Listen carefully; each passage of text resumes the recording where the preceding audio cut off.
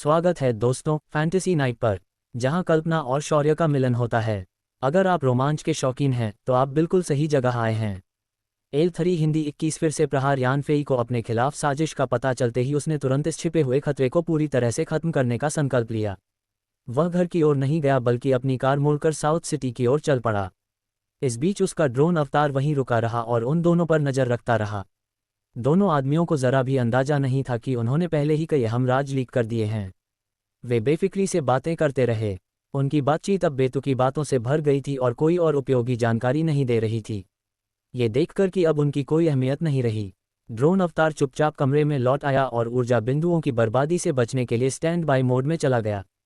यानफेई समझ गया कि सबसे बड़ी खामी लड़ाई वाली जगह पर छोड़े गए खून के नमूने और कपड़ों के टुकड़े थे। वैज्ञानिक जांच के बाद उसके पास अपनी संलिप्तता से इनकार करने का कोई मौका नहीं होगा। जहां तक उस समय घटनास्थल के पास मिनीवन के दिखाई देने का सवाल है तो यह कोई बहुत बड़ी बात नहीं थी और इसे आसानी से समझाया जा सकता था। इसलिए उसे बस खून के नमूनों और कपड़ों के टुकड़ों को समय पर निपटाना था और सब ठीक हो जाएगा। यानफेई की मिनीवन साउथ सिटी की ओर बढ़ती रही, लेकिन उसने हमेशा अपने घर से 10 किलोमीटर की दूरी बनाए रखी। फिर उसे एक जाना माना बड़ा स्नानागार मिला। उसने मिनी वेन को निगरानी कैमरे वाली एक प्रमुख जगह पर पार्क किया और आत्मविश्वास से स्नान करने के लिए स्नानागार में प्रवेश किया। बाद में यानफेई ने एक अलग कमरा किराए पर लिया और एक युवा मालिश करने वाली से अपने पैर धुलवाए।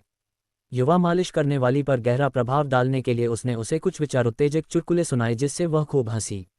अंत में उसने दरवाजा बंद कर लिया, मानो आराम करने के लिए तैयार हो। युवा मालिश करने वाली के जाते ही यानफे ने तुरंत दरवाजा बंद कर दिया और हैंडल पर निशान लगा दिया। फिर उसने अपना यूनिवर्सल स्पेस खोला और बदलने के लिए नए कपड़े निकाले। फिर उसने कमरे की खिड़की खोली और बाहर का जायजा लिया। स्नानागार का विश्राम क्षेत्र तीसरी मंजिल पर था। यानफेई ने जानबूझकर एक ऐसा कमरा चुना जिसकी पीठ मुख्य सड़क की ओर थी, जहां नीचे घुपर अंधेरा था। स्ट्रीट लाइटें भी नहीं दिख रही थी। उसने खिड़की खोली और चुटकी से तीसरी मंजिल से नीचे उतर गया। अपनी वर्तमान शारीरिक स्थिति को देखते हुए वह आसानी से भूतल पर पहुंच गया। यानफेई ने एक पल सोचा, तभी एक पुरानी सेकंड हैंड मोटरसाइकिल उसके सामने आ खड़ी हुई। यह अस्थायी परिवहन का साधन था जिसे यानफेई ने अपने लिए तैयार किया था और आपात स्थिति के लिए यूनिवर्सल स्पेस में रखा था। उसने हेलमेट पहना, मोटरसाइकिल स्टार्ट की और स्नानागार से निकलकर जहाज के विला की ओर चल पड़ा। जब वह लगभग वहां पहुंच ही गया था तभी यानफेई के घर से ड्रोन सक्रिय हो गया और रात के आकाश में यानफेई की दिशा में उड़ गया। उसके घर के पास उसकी निगरानी कर रहे दो आदमी इस बात से बेखबर थे। 20 मिनट से ज़्यादा समय बाद यानफेई फिर से झांग बाओचेन के विला के पास पहुंचा। ड्रोन अवतार भी उसी समय वहां पहुंच गया। इस बार यानफेई बहुत सतर्क था। उसने पहले मोटरसाइकिल को यूनिवर्सल स्पेस में रखा, फिर निगरानी कैमरों से बचते हुए चुपचाप झांग बाओचेन के विला के पास पहुंचा। विला से 500 मीटर की दूरी पर रुककर यानफेई ने ड्रोन उड़ाना शुरू कर दिया। ड्रोन सावधानी से विला के पास पहुंचा और देखा कि सुरक्षा व्यवस्था वाकई काफ़ी कड़ी कर दी गई थी। ज़्यादा निगरानी कैमरे लगा दिए गए थे, ज़्यादा सुरक्षाकर्मी इलाके में गश्त कर रहे थे और रात के आसमान में कई सर्च लाइट लगातार घूम रही थी। ऐसा लग रहा था कि पिछली घटना ने झां बाओचेन को सबक सिखा दिया था और विला की सुरक्षा व्यवस्था में भारी सुधार किया गया। ड्रोन विला से 100 मीटर दूर 200 मीटर की ऊंचाई पर मंडरा रहा था, जहां से विला की निगरानी के लिए यह एक ब्लाइंड स्पॉट था। हालांकि अपनी उन्नत इमेजिंग तकनीक का उपयोग करके ड्रोन विला के भीतर हर गतिविधि पर वास्तविक समय में नज़र रख सकता था। यहां तक कि गश्ती दल की बातचीत के कुछ अंश भी रिकॉर्ड कर सकता था। विला की रोशनी और सुरक्षाकर्मियों की बातचीत के आधार पर यानफेई ने अंदाजा लगाया कि विला के नीचे एक तहखाना होगा। लड़ाई के दृश्य से इकट्ठा किए गए खून के नमूने, कपड़ों के टुकड़े और स्टील बॉल, बुलेट सब वहीं रखे गए थे और झांग बाओचेन द्वारा बुलाए गए विशेषज्ञ आने वाले थे। उनके वहां पहुंचते ही वे खून के नमूनों का विश्लेषण शुरू कर देंगे। यानफेई के लिए समय कम होता जा रहा था। अगर उसने विशेषज्ञों द्वारा विश्लेषण शुरू करने से पहले उन सबूतों को नष्ट नहीं किया तो बहुत देर हो चुकी होगी। तब तक न केवल झां बाओचेन और उसका संगठन उसे जाने नहीं देंगे बल्कि पुलिस भी इन निष्कर्षों के बारे में जानकर उसे परेशान करेगी। हालांकि यानफेई ने जल्दबाजी नहीं की। उसने धैर्यपूर्वक प्रतीक्षा की और धीरे धीरे सुरक्षाकर्मियों के गश्ती पैटर्न को समझ लिया। फिर उसने यूनिवर्सल स्पेस से एक प्लास्टिक मास्क लिया, उसे पहना और ऊपर लगे ड्रोन के मार्गदर्शन में विला में घुसपैठ शुरू कर दी। ऊपर से पूरे विला पर लगातार नजर रखने की क्षमता के कारण यानफे समय रहते गश्ती दल से बच निकला। अपनी फुर्ती से वह सुरक्षित रूप से विला में घुस गया, लेकिन अंदर कदम रखते ही ऊपर वाला ड्रोन बेकार हो गया। अब सब कुछ यानफे पर ही निर्भर था। रहस्यमय शक्ति द्वारा किए गए परिवर्तन के कारण यानफी की कुछ विशेष क्षमताएं उभरने लगी। उदाहरण के लिए उसकी सुनने और देखने की क्षमता अविश्वसनीय रूप से बढ़ गई थी, जो एक सामान्य व्यक्ति से कहीं अधिक थी। ड्रोन के निर्देशों के बिना भी अपनी असाधारण सुनने और देखने की क्षमता के साथ वह विला के सुरक्षाकर्मियों को चकमा देकर अंदर घुसने में सफल रहा। सुरक्षाकर्मी गश्त करते हुए भी बीच बीच में कुछ बातें करते रहे। उनकी बातचीत से यान फेई को पता चला कि झांग बाओचिंग उस समय विला में नहीं था। जाहिर है वह किसी से मिलने गया था। हालांकि उस रात यान फेई का निशाना झांग बाओचिंग नहीं था, वह तो बस विला में पड़े खून के नमूने और कपड़ों के टुकड़े नष्ट करना चाहता था। इसलिए झांग बाओचिन की मौजूदगी का उस पर कोई असर नहीं हुआ। यान फेई ने सुरक्षाकर्मियों को सावधानी से चकमा देते हुए विला के बेसमेंट में प्रवेश किया। उसने देखा कि बेसमेंट के प्रवेश द्वार पर 2 सुरक्षाकर्मी बैठे थे। बेसुध बातें कर रहे थे और दोनों के हाथ में बिजली का डंडा था। अचानक अपनी उपस्थिति का एहसास हुआ। उसने गति बढ़ा दी और इससे पहले कि वे कुछ समझ पाते, उसने उनके सिर पकड़कर आपस में टकरा दिए। एक जोरदार धमाके के साथ दोनों आदमी बिना चीखने का मौका दिए ही बेहोश हो गए। यान फेई ने दोनों शवों को सावधानी से जमीन पर लिटाया, फिर धीरे से तहखाने का दरवाजा खोला, लेकिन वह खाली था।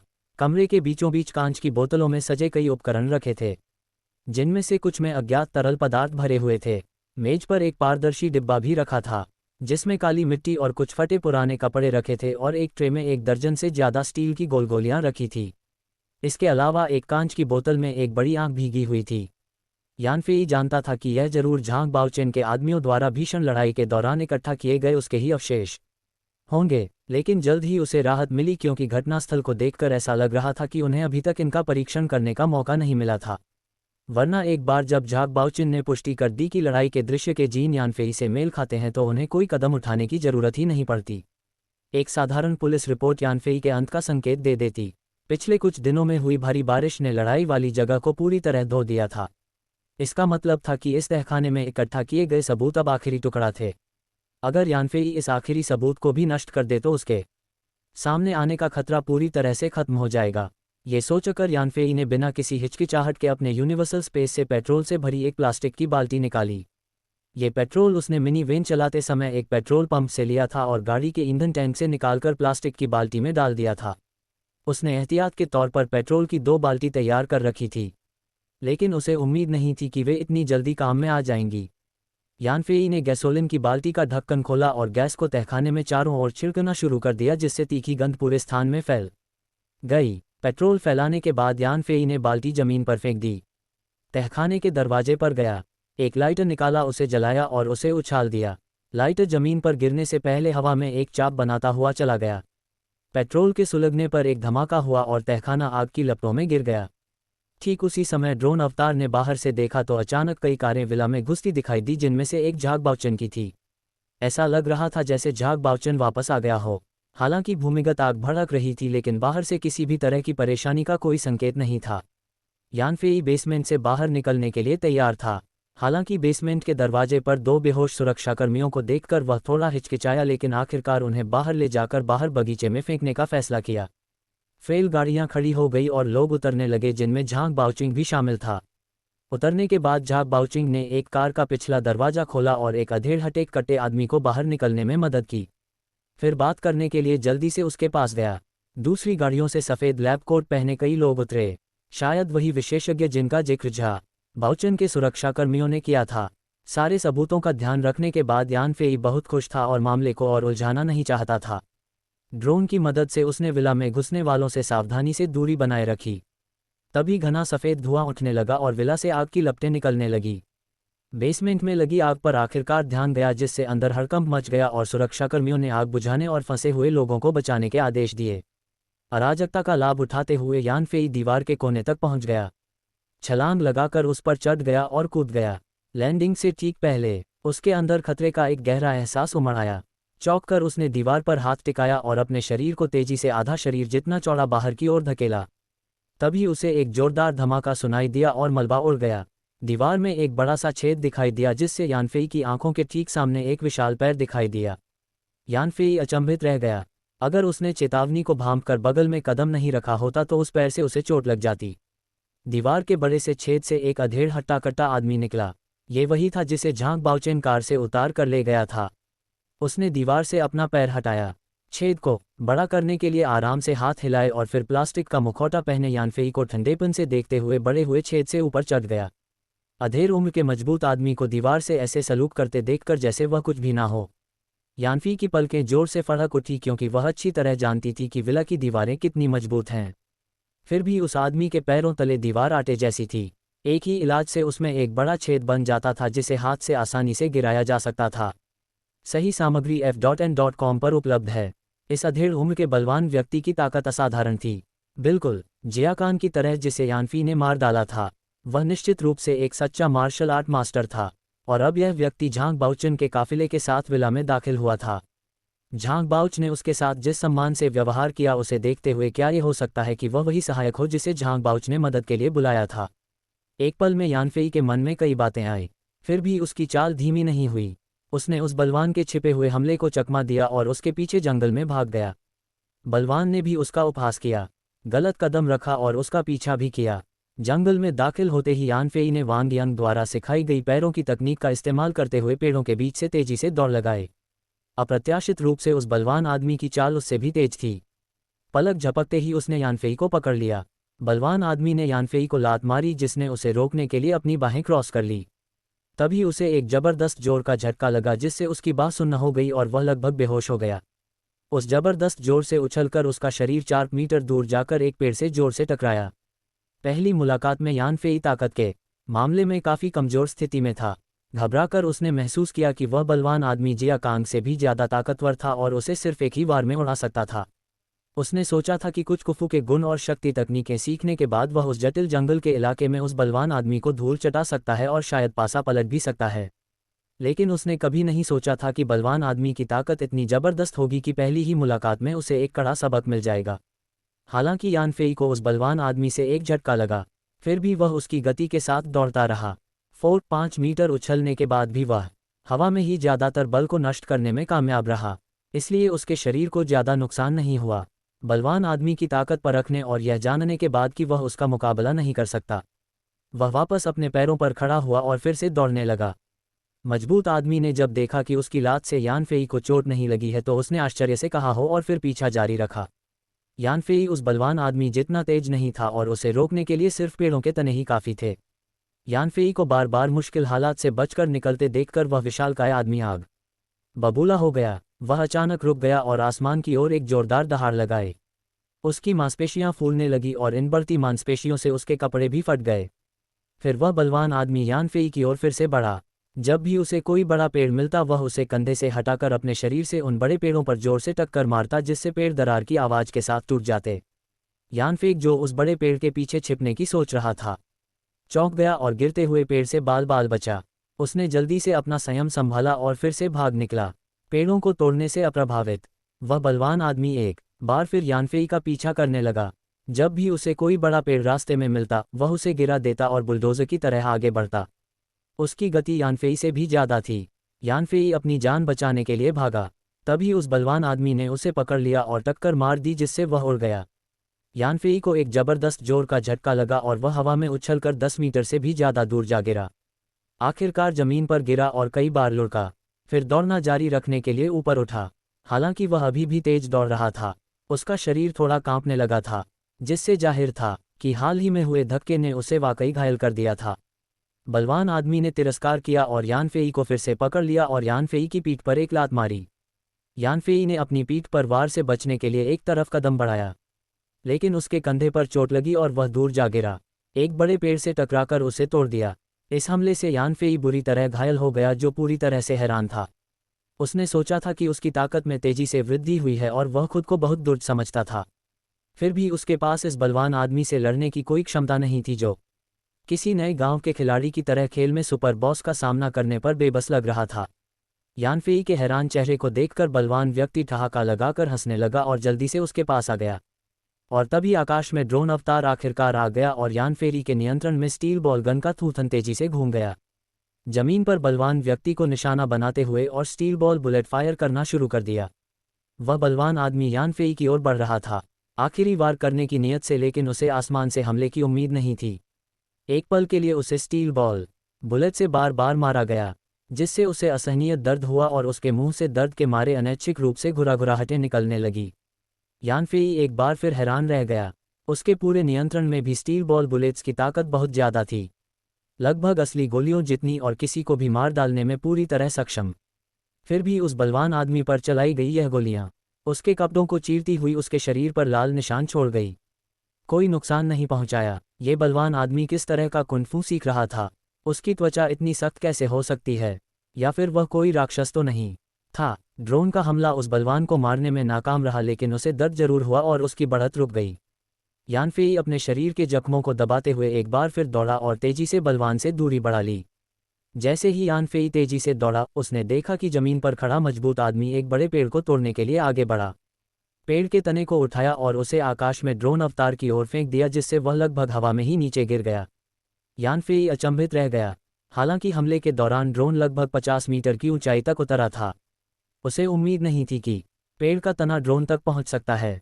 पेड़ का तना बिना छटा हुआ था, शाखाओं और पत्तों से लदा हुआ था, जिससे हवा का काफ़ी प्रतिरोध हो रहा था, और तने का घेरा और वजन कम से कम 500-600 जिन था। तो वह बलवान आदमी इतनी भारी वस्तु को 50 मीटर से ज़्यादा ऊंचाई तक कैसे फेंक सकता था? उसकी ताकत कितनी ज़बरदस्त होगी? हटे कट्टे आदमी ने ड्रोन पर हमला करने की अपनी क्षमता का प्रदर्शन किया, और हालांकि वह उसे मार नहीं पाया, फिर भी उसने ड्रोन के लिए एक बड़ा खतरा पैदा कर दिया था। इसलिए ड्रोन की सुरक्षा के लिए यानफेई केवल उसकी ऊंचाई बढ़ा सका, उसे बहुत पास उड़ने की हिम्मत नहीं हुई। नतीजतन ड्रोन से निकली स्टील बॉल गोलियां हटे कट्टे आदमी पर सटीक वार नहीं कर सकी, और अगर लग भी गई तो उनकी शक्ति बहुत कम हो गई, जिससे उसकी सुरक्षा को भेदने में असमर्थता रही। ड्रोन के अब उसका पीछा न करने के कारण उस मजबूत आदमी की गति अचानक बढ़ गई, जिससे उसके और यानफेई के बीच की दूरी तेजी से कम हो गई। उस हटेक कट्टे आदमी को फिर से आगे बढ़ता देख यानफेई मन ही मन दुखी हुआ। ऊपर से ड्रोन की मदद से उसे आगे के इलाके का पहले से ही अंदाजा हो गया था। वह इस जंगल को पार करने ही वाला था, और उसके आगे एक चट्टान थी, नीचे घोर अंधेरा और था, और बाहर निकलने का कोई और रास्ता नहीं था। दूसरे शब्दों में वह लापरवाही से एक बंद गली में पहुंच गया था, जबकि वह हट्टा कट्टा आदमी आगे क्या है, इस बात से अनजान लगातार उसका पीछा करता रहा। कोई चारा ना होने के कारण यानफेई बस आगे की ओर दौड़ सकता था। अचानक उसका हौसला बुलंद हो गया जब वह जंगल से बाहर निकला और खुद को एक ऐसे चबूतरे पर पाया जिसके पीछे खड़ी चट्टान थी और जहां से निकलने का कोई रास्ता नहीं था।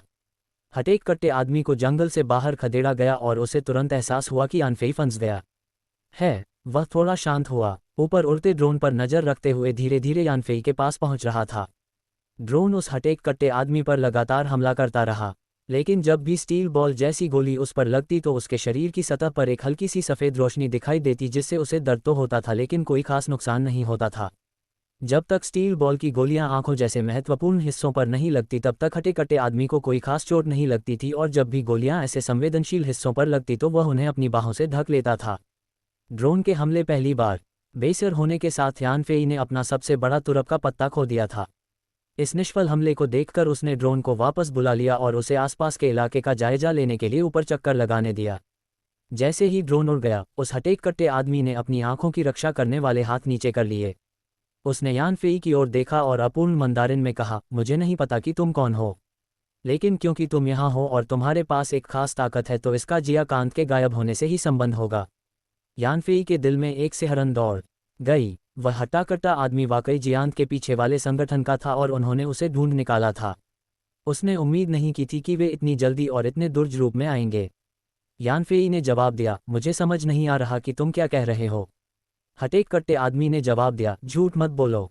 झाक बाउचन ने मुझे बताया था कि जिया कांग के लापता होने की जगह पर ढेर सारे स्टील के गोले मिले थे। ये तुम्हारे ड्रोन से दागे गए होंगे। तुम्हारे हुनर के साथ हो सकता है कि तुमने जिया कांग पर तब सफलतापूर्वक हमला किया हो जब वह बेखबर था। वैसे जिया कांग मेरा भाई है। यानफेई मन ही मन अपनी किस्मत को कोस रहा था। जिया कांग इस हटेक कट्टे आदमी का भाई था, इसलिए यह मामला निश्चित रूप से अच्छा नहीं हो सकता था। साथ ही वह उस हटेक कट्टे आदमी के तर्क वितर्क की भी प्रशंसा किए बिना नहीं रह सका जिसने उसे सच्चाई के इतने करीब पहुंचा दिया था। उसने जवाब दिया, तुम तो बस मुझ पर पहले आरोप लगाने की कोशिश कर रहे हो। मुझे देखते ही तुमने मुझ पर हमला कर दिया। मुझे समझ नहीं आ रहा कि क्या हो रहा है। हटेक कट्टे आदमी ने आगे कहा, जब विला में आग लगी थी तब मैंने तुम्हें देखा था। जब तुम भागने के लिए दीवार फाड़ रहे थे तो मुझे शक हुआ कि तुम कुछ छिपा रहे हो। तुम्हारी ताकत और ड्रोन देखकर मुझे यकीन हो गया कि मेरे भाई के गायब होने का तुमसे ही संबंध है, इसलिए तुम्हारे बहाने बेकार हैं। यानफेई ने बात करना बंद कर दिया और खुद को इस स्थिति से निकालने का तरीका सोचने लगा। हट्टा कट्टा आदमी फिर बोला, मैं झांग बाओचुन की ओर से अपने भाई के लापता होने की जांच करने यहाँ आया हूँ और मुझे आपको ये बताने में कोई आपत्ति नहीं है। मेरे भाई के पास कुछ बहुत ही महत्वपूर्ण चीज़ थी। बस मुझे मेरा भाई और उसके पास मौजूद सामान वापस दे दो और मैं तुम्हें शीघ्र मृत्यु का वचन दे सकता हूँ। यानफेई ने जियाकान को मारने के बाद जियाकान के शरीर को बिना संभाले या ये जांचे कि उस पर क्या है, यूनिवर्सल स्पेस में रख दिया था। अब ये देखकर कि वह हट्टा कट्टा आदमी जियान की चीज़ों का कितना ध्यान रखता था, लग रहा था कि शायद उससे कोई जरूरी चीज़ छूट गई है। तभी ड्रोन ने अपनी उन्नत इमेजन प्रणाली से पूरी चट्टान और उसके नीचे के भूभाग का मानचित्रण पूरा कर लिया। चट्टान की संरचना का मन ही मन विश्लेषण करते हुए यानफे को अचानक एक युक्ति सूझी। तो ऊपर उड़ रहा ड्रोन अचानक किसी खराबी का दिखावा करते हुए अनियमित रूप से हिलने लगा। फिर वह नीचे चट्टान पर अस्थिर रूप से गिरने लगा और चट्टान से टकराते ही कई तरह की आवाज़ें आने लगी। हटे कट्टे आदमी को कारण ना पता होने के कारण लगा कि ड्रोन नियंत्रण खोकर दुर्घटनाग्रस्त हो गया है और उसने अपनी सतर्कता कम कर दी। आखिरकार भले ही ड्रोन की स्टील बॉल जैसी गोलियां उसे नुकसान नहीं पहुंचा सकती थी, फिर भी वे एक बड़ा खतरा थी जिसने उसे यानफेई से बेफिक्री से निपटने से रोक दिया था। ड्रोन को दुर्घटनाग्रस्त होते देख यानफेई ने निराशा का नाटक किया। अपने चेहरे से प्लास्टिक का मुखौटा उतारा और अपना असली रूप दिखाते हुए कहा, हालात ऐसे हैं कि मुझे तुमसे छिपने की कोई ज़रूरत नहीं है। हाँ, तुम्हारे भाई के गायब होने का मुझसे कोई लेना देना है, लेकिन वह यूं ही गायब नहीं हुआ है, उसे मैंने ही मारा है। फेई की बातें सुनकर वह हट्टा कट्टा आदमी बहुत क्रोधित हो गया और जोर से चिल्लाया, तुम कमीने आदमी, तुमने सचमुच मेरे भाई को मार डाला। यानफेई ने उदासीनता से उत्तर दिया, तुम्हारे भाई ने मुझे मारने की कोशिश की थी लेकिन आत्मरक्षा में मारा गया। मैं तो बस अपनी रक्षा के लिए वार कर रहा था। यानफेई ने बोलते हुए अपनी छाती में हाथ डाला, लेकिन ब्रह्मांडीय अंतरिक्ष में उसे जियाओ खान की लाश मिली और उसने अपनी उंगली से एक अंगूठी निकाली। उसे जियान के कपड़ों पर पहुंचने के बाद उसने उसे अपनी छाती से निकालने का नाटक किया और उस हटेक कट्टे आदमी की ओर फेंकते हुए कहा, तुम्हें इसे पहचानना चाहिए, है ना? मुझे यह अंगूठी उसके शरीर पर मिली थी। हटे कट्टे आदमी ने अंगूठी पकड़ी और देखा कि वह सचमुच उसके भाई की ही चीज़ थी। उसका गुस्सा बेकाबू हो गया और वह चिल्लाया, तुमने मेरे भाई की लाश कहाँ रख दी? यानफेई ने नीचे चट्टान की ओर इशारा करते हुए कहा, उस रात वह मेरा पीछा कर रहा था और मेरे घात में मारा गया। फिर मैंने उसका शव वहीं फेंक दिया। उस समय ये देखकर कि अंगूठी कुछ कीमती थी, मैंने उसे स्मृति चिन्ह के रूप में रख लिया। उस हटे कट्टे आदमी ने गंभीर भाव से पूछा, अंगूठी के अलावा क्या तुम्हें उसके पास कुछ और मिला? यानफेई ने अपना सिर हिलाया और कहा, उसे मारने के बाद मैं थोड़ा डर गया था, इसलिए मैंने अंगूठी ली और उसके शरीर को यहाँ से नीचे फेंक दिया बिना उस पर अन्य वस्तुओं की तलाश किए। वह हट्टा कट्टा आदमी अचानक शांत हो गया और बोला, मुझे मेरे भाई का शव ढूंढने के लिए नीचे ले चलो। यानफेई ने हाथ हिलाकर कहा, देखो यह एक चट्टान है और यहाँ कोई रस्सियाँ नहीं हैं, हम नीचे कैसे जा सकते हैं? अपने भाई की किसी बात को लेकर अधीर दिख रहे उस हटेक कट्टे आदमी ने झांग बाओचुन के आदमियों के आने का इंतजार नहीं किया। उसने आगे की ओर इशारा करते हुए कहा, चट्टान पर एक बेल है, उसे पकड़कर हम नीचे उतर सकते हैं। यानफेई ने कुछ असहाय होकर कहा, ठीक है। तो हटेक कट्टे आदमी ने जमीन पर पैर पटका, जोरदार धमाका हुआ और चबूतरे पर एक बड़ी दरार पड़ गई। उसने कहा, तुमने मेरी ताकत देख ली है, अपनी एक उंगली के झटके से मैं तुम्हें मार सकता हूँ, इसलिए कोई चाल मत चलना वरना तुम्हें इस दुनिया में आने का पछतावा होगा।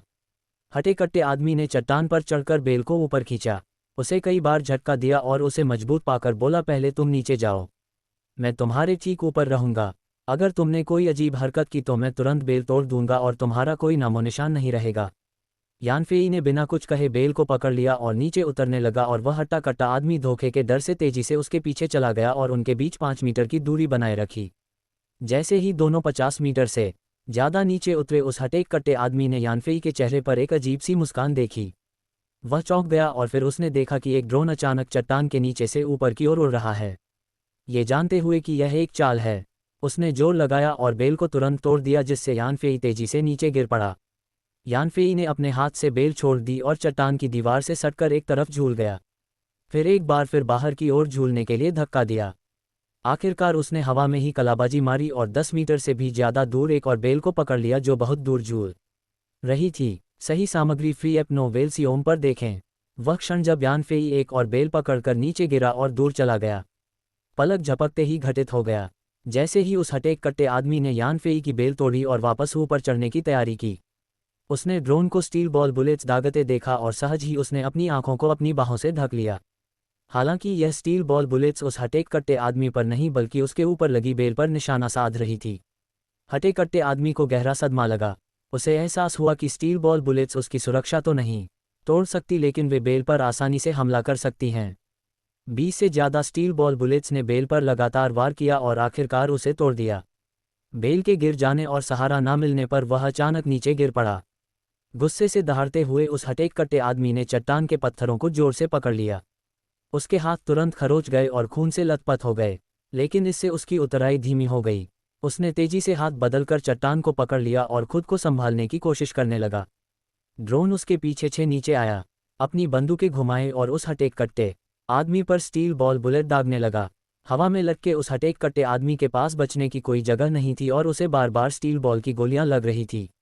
हालांकि गोलियां उसके शरीर में नहीं घुस पाई, लेकिन दर्द बहुत ज़्यादा था और वह अब चट्टान पर टिक नहीं सका। चट्टान से नीचे गिरकर घने अंधेरे में गायब हो गया। थोड़ी देर बाद नीचे से चीख की आवाज़ आई, तब जाकर यान फेई ने राहत की सांस ली। ड्रोन अवतार द्वारा प्रदान किए गए चट्टानी इलाके के नक्शे के साथ यान फेई ने इस बेहद दुर्ज दुश्मन को आखिरकार खत्म करने की योजना बनाई। वह हट्टा कट्टा आदमी थोड़ा लापरवाह था और उसके भाई पर रखी चीज़ों ने उसका ध्यान भटका दिया, जिससे वह यान फेई की तैयारी पर ध्यान ही नहीं दे पाया, वरना आज रात उसकी ही मौत हो जाती। उस चट्टान पर असल में 2 बैलें थीं। यान फेई को उनकी स्थिति का पूरा अंदाजा था। वह हट्टा कट्टा आदमी जो उस इलाके से अनजान था और रात के अंधेरे में डूबा हुआ था, स्वाभाविक रूप से दूसरी बेल पर ध्यान नहीं दे पाया और गिर पड़ा। हवा में एक और बेल पकड़ने की कोशिश करने के बाद यान फेई की चोटें और भी गंभीर हो गई। वह बेल को पकड़े हुए चट्टान पर टिक गया और थोड़ी ताकत हासिल करने के बाद वह नीचे उतरने लगा। वह हट्टा कट्टा आदमी रहस्यमय संगठन का था और यान फेई को यह देखने के लिए नीचे उतरना पड़ा कि क्या उस आदमी ने अपने शरीर पर कोई सबूत छोड़ा है, वरना अगर ऐसा कोई सबूत रहस्यमय संगठन के हाथ लग गया तो उसे कभी चैन नहीं मिलेगा। लताओं से चिपके हुए यान फेई नीचे उतरा। घाटी की तलहटी तक पहुंचने से पहले वह 100 मीटर से भी ज़्यादा नीचे उतर चुका था। घाटी का तल बेतरतीब पत्थरों से ढका था, सब खून से सने हुए थे, फिर भी उस हटेक कट्टे आदमी की लाश कहीं नजर नहीं आ रही थी। अचानक यान फेई को अपने सिर के पीछे एक अजीब सी हवा का झोंका महसूस हुआ। वह आगे की ओर उछला, लेकिन फिर भी उसकी गति धीमी थी। किसी ने पीछे से उसकी गर्दन पकड़ ली। उसने अपनी कोहनी पीछे की ओर पटकी, जिससे उस व्यक्ति के पेट पर जोर से चोट लगी। उस व्यक्ति ने ठंडी घुराघुराहट की, लेकिन यान फेई को नहीं छोड़ा, बल्कि उसकी गर्दन पर अपनी पकड़ और भी मजबूत कर ली। यान फेई ने पीछे मुड़कर देखा तो पता चला कि वह हट्टा कट्टा आदमी ही था, लेकिन अब वह आदमी खून से लथपथ था। एक भयावह दृश्य, यहाँ तक कि उसकी एक आंख भी बाहर निकली हुई थी। यान फेई डर गई। क्या यह आदमी अब भी इंसान हो सकता है? 100 मीटर से भी ज़्यादा ऊंचाई से गिरने के बाद भी बच जाना, क्या ये कोई राक्षस था? यान फेई की कोहनियाँ उसके पीछे खड़े हटे कट्टे आदमी पर लगातार वार कर रही थी, लेकिन उस आदमी की बाह और भी कसती जा रही थी। यान फेई को तारे दिखाई देने लगे, सांस फूल रही थी और उसकी ताकत तेजी से कम होती जा रही थी। खुशकिस्मती से उसका ड्रोन अवतार ठीक ऊपर मंडरा रहा था और यान फेई के आदेश पर ड्रोन ने हटे कट्टे आदमी पर स्टील बॉल बुलेट दागनी शुरू कर दी। पहले स्टील बॉल बुलेट्स उस आदमी की सुरक्षा को भेद नहीं पा रही थी, लेकिन जब वह आदमी घाटी की तलहटी में गिर गया और उसे गंभीर चोटें आई तो सुरक्षात्मक सफ़ेद रोशनी गायब हो गई, जिससे वह गोलियों के सामने असहाय हो गया। स्टील बॉल बुलेट्स उस आदमी पर लगी, उसके शरीर को भेदते हुए उसे गंभीर क्षति पहुंचाए। अचानक यान फेई की गर्दन पर पकड़ ढीली पड़ गई। हट्टा कट्टा आदमी अब स्टील बॉल बुलेट्स का वार झेल नहीं पा रहा था। वह लुढ़क गया और जल्दी से घाटी के तल में एक छोटी सी गुफा में छिप गया। ड्रोन हमला जारी रखने के लिए तैयार होकर ऊपर उड़ गया, लेकिन पाया कि कोन के कारण वह गुफा के अंदर नहीं पहुंच पा रहा था। गुफा के द्वार पर उस आदमी की शरण लेने के कारण यान फेई की हिम्मत नहीं हुई कि वह जल्दबाजी में उसके पास जाए। वह आदमी मौत के कगार पर खड़ा दिख रहा था, लेकिन उसकी ताकत अभी भी भयानक रूप से दुर्ज थी। यान फेई उसका कोई मुकाबला नहीं कर सकता था। यान फेई को अपनी सांसें संभालने और सामान्य सांस लेने में काफ़ी समय लगा, जबकि वह हट्टा कट्टा आदमी भी गुफा में आराम कर रहा था और अपनी चोटों से उभरने की पूरी कोशिश कर रहा था। स्थिति एक गतिरोध पर पहुंच गई थी। थोड़ी देर बाद उस हटे कट्टे आदमी ने गुफा में जोर से खांसते हुए कहा, नीच बच्चे, तू तो मुर्दा है। तुझे अंदाजा भी नहीं कि मेरा समर्थक संगठन कितना ताकतवर है। उनकी एक ही बात और तुझे दफन करने की कोई जगह नहीं मिलेगी। और मैंने अभी अभी बाहर एक संकट संकेत भेजा है। झाग बाउचन के आदमी जल्द ही यहाँ आएंगे, तू बच नहीं पाएगा। यान फेई चिंतित हो गया। वह हट्टा कट्टा आदमी अभी भी जिंदा था और समय काट रहा था। अगर झाबाउचे के आदमी सचमुच आ गए और वह गंभीर रूप से घायल हो गया तो हालात उसके पक्ष में नहीं होंगे। उसे पहले ये जगह छोड़नी होगी, लेकिन जाने से पहले उसे उस हट्टा कट्टा आदमी को जरूर मारना होगा। उसका चेहरा देखकर अगर वह भाग गया तो बहुत बड़ी समस्या होगी। यान फेई ने एक योजना सोचनी शुरू की और अपने यूनिवर्सल स्पेस में सामान ढूंढना शुरू किया। तभी उसकी नज़र अपने द्वारा तैयार किए गए प्लास्टिक के पेट्रोल के डिब्बों पर पड़ी और उसकी आंखें चमक उठी। उसने पहले यूनिवर्सल स्पेस में पेट्रोल के 2 डिब्बे रखे थे और एक झांक बाउचेन के तहखाने में उसके खिलाफ सबूत जलाने के लिए इस्तेमाल किया था। अब एक डिब्बा बचा था, क्योंकि वह आदमी घाटी के तल पर इलाके के सबसे निचले बिंदु पर छिपा था। हालांकि पेट्रोल हाथ में होने के कारण ड्रोन उस पर हमला नहीं कर सकता था। यान फेई के दिमाग में एक नया विचार आया। यान फेई ने पेट्रोल का डिब्बा निकाला, उसे बाहर उड़ेला और पेट्रोल जमीन के साथ साथ गुफा में बहने लगा। अंदर बैठे हटे कट्टे आदमी को पेट्रोल की गंध आई और उसे तुरंत ही मुसीबत का आभास हो गया। वह जोर से चिल्लाया, अरे छोटे चूहे, क्या चाल चल रहा है। जब सारा पेट्रोल गुफा में बह गया तो यान फेरी ने एक लाइटर निकाला, उसे जलाया और कहा, मैंने अभी तुमसे झूठ नहीं बोला। तुम्हारे भाई को मैंने ही मारा था।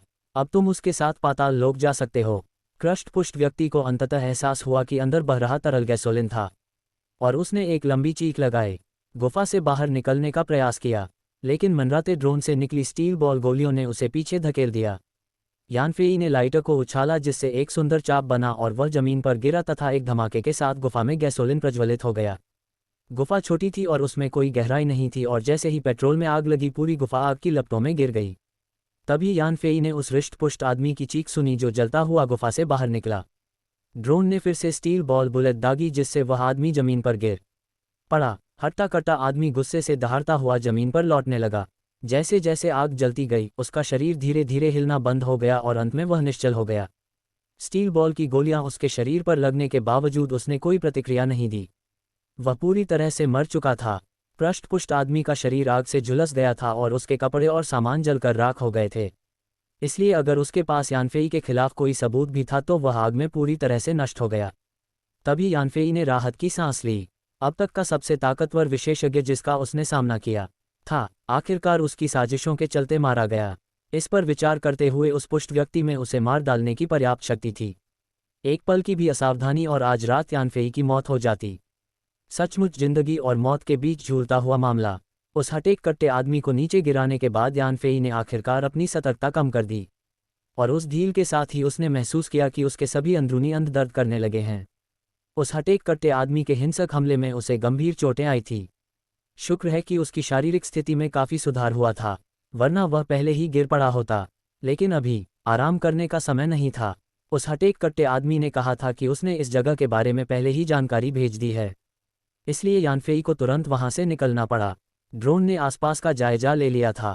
ये जगह एक घाटी थी जहां से निकलने का कोई और रास्ता नहीं था, इसलिए यानफेई को अभी भी लताओं के सहारे ऊपर चढ़ना था। शरीर में बेचैनी को सहते हुए यानफेई ने बेलों को पकड़ा और चट्टान पर चढ़ गया। लेकिन सौभाग्य से उसे ऊपर झाग बाउच के लोग नहीं मिले। इस समय तक उसके पास लड़ने की शक्ति लगभग न के बराबर बची थी और ड्रोन से निकली स्टील बॉल की गोलियां भी घटकर 20 से भी कम रह गई थी। अब झांग बाउचेन की सेना का सामना करना अकल्पनीय था। यानफेई अपने पुराने रास्ते पर वापस लौटा और जब तक वह बाहर हाईवे पर पहुंचा, उसने देखा कि झांग बाउचेन का विला भीषण आग की चपेट में है। हर कोई आग बुझाने में व्यस्त है और कोई भी उस हटेक कट्टे आदमी को ढूंढने बाहर नहीं आ रहा है। उसके मन में कुछ शंकाएं उठी। कहीं ऐसा तो नहीं कि उस हटेक कट्टे आदमी ने संदेश भेजने के बारे में झूठ बोला हो। हालांकि घाटी के इलाके पर गौर करने के बाद यानफेई को अचानक एहसास हुआ, इतनी दुर्गम जगह में दूरसंचार सिग्नल कैसे हो सकता है। इसलिए उस हटे कट्टे आदमी का सिग्नल जरूर नहीं गया होगा और इसीलिए झांग बाउचिंग ने लोगों को खोजबीन के लिए नहीं भेजा था। मुख्य बात समझकर और यह जानकर कि अब कोई खतरा नहीं है, यानफेई को बहुत राहत मिली। आज रात का ऑपरेशन सफल रहा था। वह अपने प्रतिकूल सबूतों को नष्ट करने और एक खतरनाक दुश्मन को ढेर करने में कामयाब रहा था। हालांकि उसे भी बहुत चोटें आई थी, फिर भी उसने इस उड़ान का अपना लक्ष्य पूरी तरह हासिल कर लिया था। यानफेई ने अपने जख्मों पर ध्यान देना शुरू किया। बदलने के लिए यूनिवर्सल स्पेस से नए कपड़े निकाले और फिर मोटरसाइकिल निकालकर वापस अपने पुराने रास्ते पर लौट गया। ड्रोन अवतार भी हवा में यानफेई का पीछा करता रहा जब तक कि वह एक सुरक्षित क्षेत्र में नहीं पहुंच गया। फिर यानफेई के घर के कमरे में लौट आया, जबकि वह खुद स्नानागार में वापस चला गया। जब वह खिड़की से स्नानागार के शौचालय में वापस आया तो यानफेई पूरी तरह थक चुका था। दरवाजे के हैंडल पर छोड़े गए गुप्त निशान को ध्यान से देखने के बाद, जिससे पता चलता था कि कोई अंदर नहीं आया था, और अपने पुराने कपड़े पहनने के बाद उसकी आंखें धुंधली हो गई और वह बेहोश होकर बिस्तर पर गिर पड़ा। अगली सुबह यानफे अचानक चिल्लाया और चौंक कर जाग गया। वह उठ बैठा, उसका शरीर ठंडे पसीने से भीगा हुआ था। उसके चेहरे पर उलझन भरी अभिव्यक्ति थी। उसने अभी अभी एक अजीब सपना देखा था, बहुत ही अजीब। सपने में यानफेई ने खुद को अस्पताल के बिस्तर पर लेटा हुआ पाया। उसकी नज़र एक खूबसूरत नस पर पड़ी और फिर उसे पहली नज़र में ही उससे प्यार हो गया। वह उसे जानना चाहता था, लेकिन जब नज मुड़कर चली गई और उसने उसे पुकारा लेकिन कोई जवाब नहीं मिला तो वह इतना घबरा गया कि चिल्लाया और तभी उसकी नींद खुल गई। ये सपना उसके पहले देखे गए एक और सपने जैसा ही था, संवादों और भावनात्मक विवरणों तक। उस प्यारे सपने के बाद जैसे जैसे समय बीतता गया, वह धीरे धीरे उस खूबसूरत नस की शक्ल भूलता गया, जब तक कि उसी सपने ने उसकी छवि को एक बार फिर से स्पष्ट रूप से सामने नहीं ला दिया। एक कहावत है, जो दिन में सोचता है वही रात में सपने देखता है। क्या इसका मतलब यह नहीं कि रात में सपने देखने के लिए किसी को सचेतन या अवचेतन रूप से ऐसी चीज़ों के बारे में सोचना पड़ता है? यानफेई को नहीं पता था कि उसके अवचेतन मन में कभी ऐसे विचार आए थे या नहीं, लेकिन उसे यकीन था कि उसने जागते हुए कभी ऐसा दृश्य नहीं देखा था। इसके अलावा यानफेई अपने यौवन पर था, शायद ही कभी बीमार पड़ता था और शायद ही कभी अस्पताल में रहने की ज़रूरत पड़ती थी जिससे उसे नर्सों से बातचीत करने का बहुत कम मौका मिलता था। इन सब बातों ने सपनों को और भी ज़्यादा उत्सुक बना दिया। स्वप्नों कैसे आया? इसके अलावा वह सपने में नस को पहचान नहीं पाया, ना ही वह किसी ऐसे व्यक्ति से मिलती जुलती थी जिसे वह जानता था। आखिर क्या हो रहा था? और भी अजीब बात यह थी कि 2 बार सपना देखने के बाद यानफेई को भी सपने में नस के लिए कुछ स्नेह महसूस होने लगा। पहले की तरह यानफेई ने किसी की हत्या करने के बाद ये सपना देखा। क्या ये कोई पूर्वाभास हो सकता है? यह कोई बुरा सपना क्यों नहीं था, या हो सकता है कि उसके साथ कुछ गड़बड़ हो? यानफेई विचारों में डूबा हुआ था। तभी कमरे के बाहर से किसी ने दरवाज़ा खटखटाया। अटेंडेंट ने यानफेई को याद दिलाया कि नाश्ता तैयार है, जिससे वह अपनी अटकलें बंद करके सारे विचार एक तरफ रख दे। आखिरकार यह सिर्फ एक सपना ही था, चाहे कितना भी अजीब क्यों ना हो, और वह इससे भी अजीब चीज़ों को स्वीकार कर सकता था, जैसे कि उसका अपना एक ड्रोन अवतार होना। एक बार जब उसने इस बारे में सोचना बंद कर दिया तो यानफेई ने देखा कि उसकी चोटें लगभग पूरी तरह ठीक हो गई थी और सभी बाहरी घाव गायब हो गए थे। ऐसा लग रहा था कि आधी रात को डाटा रिफ्रेश के दौरान किसी रहस्यमय शक्ति ने दूर से उस पर काम किया और इस प्रक्रिया में उसके शरीर को भी ठीक कर दिया। भोजन कक्ष में नाश्ता करते समय यानफेई ने स्थानीय समाचारों पर विशेष ध्यान दिया, लेकिन उन्हें झांग बाओचिंग के विला में आग लगने की कोई रिपोर्ट नहीं मिली, ना ही उस हटे कट्टे आदमी की जली हुई लाश का कोई उल्लेख मिला। वह नहीं जानता था कि क्या झांग बाओचिंग ने पुलिस विभाग को फ़ोन नहीं किया था, या पुलिस ने जांच के उद्देश्य से सूचना को अवरुद्ध कर दिया था, या कोई और कारण था। लेकिन जो भी मामला था, ऐसा लग रहा था कि पिछली रात की घटनाओं को उन लोगों को छोड़कर बाकी सभी ने नज़रअंदाज कर दिया था जो इसमें शामिल थे। किसी और को नहीं पता था। फेबल यानफेई को इससे कोई परेशानी नहीं थी, क्योंकि वह जटिलताओं से बचना चाहता था। ये बेहतर था कि कोई भी उसे ढूंढने नहीं आया। जब यानफेई घर लौटा तो सुबह के 10 बजे बज रहे थे। वह लगातार खबरों पर नज़र रखता रहा, लेकिन पिछली रात की कोई खबर नहीं मिली, जिससे उसे कभी कभी शक होता था कि कहीं ये सब कोई सपना तो नहीं था। हालांकि उसके शरीर पर लगी चोटों ने उसे यकीन दिला दिया कि पिछली रात के उसके अनुभव बिल्कुल सच थे, कोई कल्पना नहीं। शाम को यानफे शंघाई से बहुत दूर निकल गया और एक मिनीवन चलाकर लिन प्रांत के एक सुनसान पहाड़ पर पहुंचा। उसने एक कम आबादी वाला इलाका ढूंढा और अपने पोर्टेबल स्पेस से जिया खान की लाश को ढूंढने के लिए ले गया। यानफेई को जिया खान के शरीर पर सिर्फ एक गोलाकार चीज़ मिली, एक काला गोला जो लगभग लंगन फल के आकार का था और उसका पदार्थ समझ से परे था। हालांकि वह हल्का था पर बेहद कठोर था, जिससे यानफेई उसे नुकसान पहुंचाने में पूरी तरह असमर्थ था। इसके अलावा जिया खान की लाश पर और कुछ नहीं मिला। यानफेई ने काले गोले को अपनी आंखों के सामने रखकर उसकी जांच की, लेकिन उसे कुछ भी असामान्य नहीं लगा। उसे आश्चर्य हुआ कि क्या ये काला गोला ही वह हट्टा-कट्टा आदमी था जिसकी उसे चिंता थी। कुछ देर तक इसका अवलोकन करने और कोई विसंगति ना पाए जाने पर यानफेई ने काले गोले को वापस सार्वभौमिक अंतरिक्ष में रख दिया ताकि बाद में फुर्सत में इसका अध्ययन कर सके। यूनिवर्सल स्पेस की समय को रोकने की क्षमता का अर्थ था कि जियाकांत का शरीर लंबे समय तक वहां रहने के बावजूद जब उसे वापस निकाला गया तो वह परिवर्तित रहा, ठीक उसी तरह जैसे कि जब उसे पहली बार अंदर रखा गया था। जमीन पर पड़ी जियाकांत की क्षतविक्षत लाश को देखकर यानफेई ने सोचा और उसे दफनाने के लिए एक गहरा गड्ढा खोदने का फैसला किया। आखिरकार एक लाश, खासकर इतनी विभवत अवस्था में, अपने पोर्टेबल स्पेस में रखना और उसे रोजाना इधर उधर ले जाना परेशान करने वाला था। जिया खान के शव से निपटने के बाद यानफे उसी रात शंघाई लौट आया। अगले कुछ दिनों तक वह अपने बारे में किसी भी तरह की चर्चा के लिए समाचारों को ध्यान से देखता रहा और वांग यन से उन्फू सीखने के लिए रोजाना बियॉन्ड फिटनेस सेंटर में भी जाता रहा। एफए वेब एन ओवल सियोम उस रात उस उन्मत्त हमलावर के साथ हुए झगड़े ने यानफे की अपनी कमजोरी उजागर कर दी थी। एक सच्चे विशेषज्ञ के सामने उसकी कथित बड़ी प्रगति नगण्य थी। बम मुश्किल जिक्र करने लायक और जवाबी हमले के लिए भी पर्याप्त नहीं।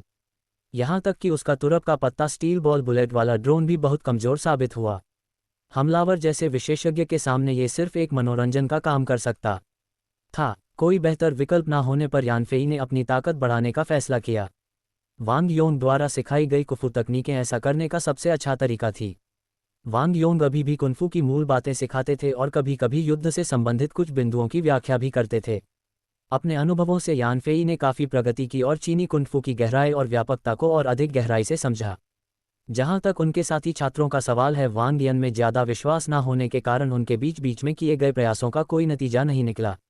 एक दिन जब यान फेई प्रशिक्षण में गहन रूप से तल्लीन था, उसने बाहर शोरगुल सुना। तभी लोगों का एक समूह अंदर आया जिसका नेतृत्व एक लंबी सुंदर फैशनेबल कपड़े पहने युवती कर रही थी, जिसने अपने आकर्षण से दर्शकों को मोहित कर लिया। फिटनेस सेंटर के ताइवांडो कोच ने समूह को देखकर प्रशिक्षण रोक दिया और उनसे मिलने चले गए। बातचीत करते हुए उन्होंने बार बार यान फेई की ओर इशारा किया। इसके बाद समूह ताइवांडो कोच और उनके शिष्यों के साथ वांग यन के कुफू प्रशिक्षण मैदान की ओर चल पड़ा।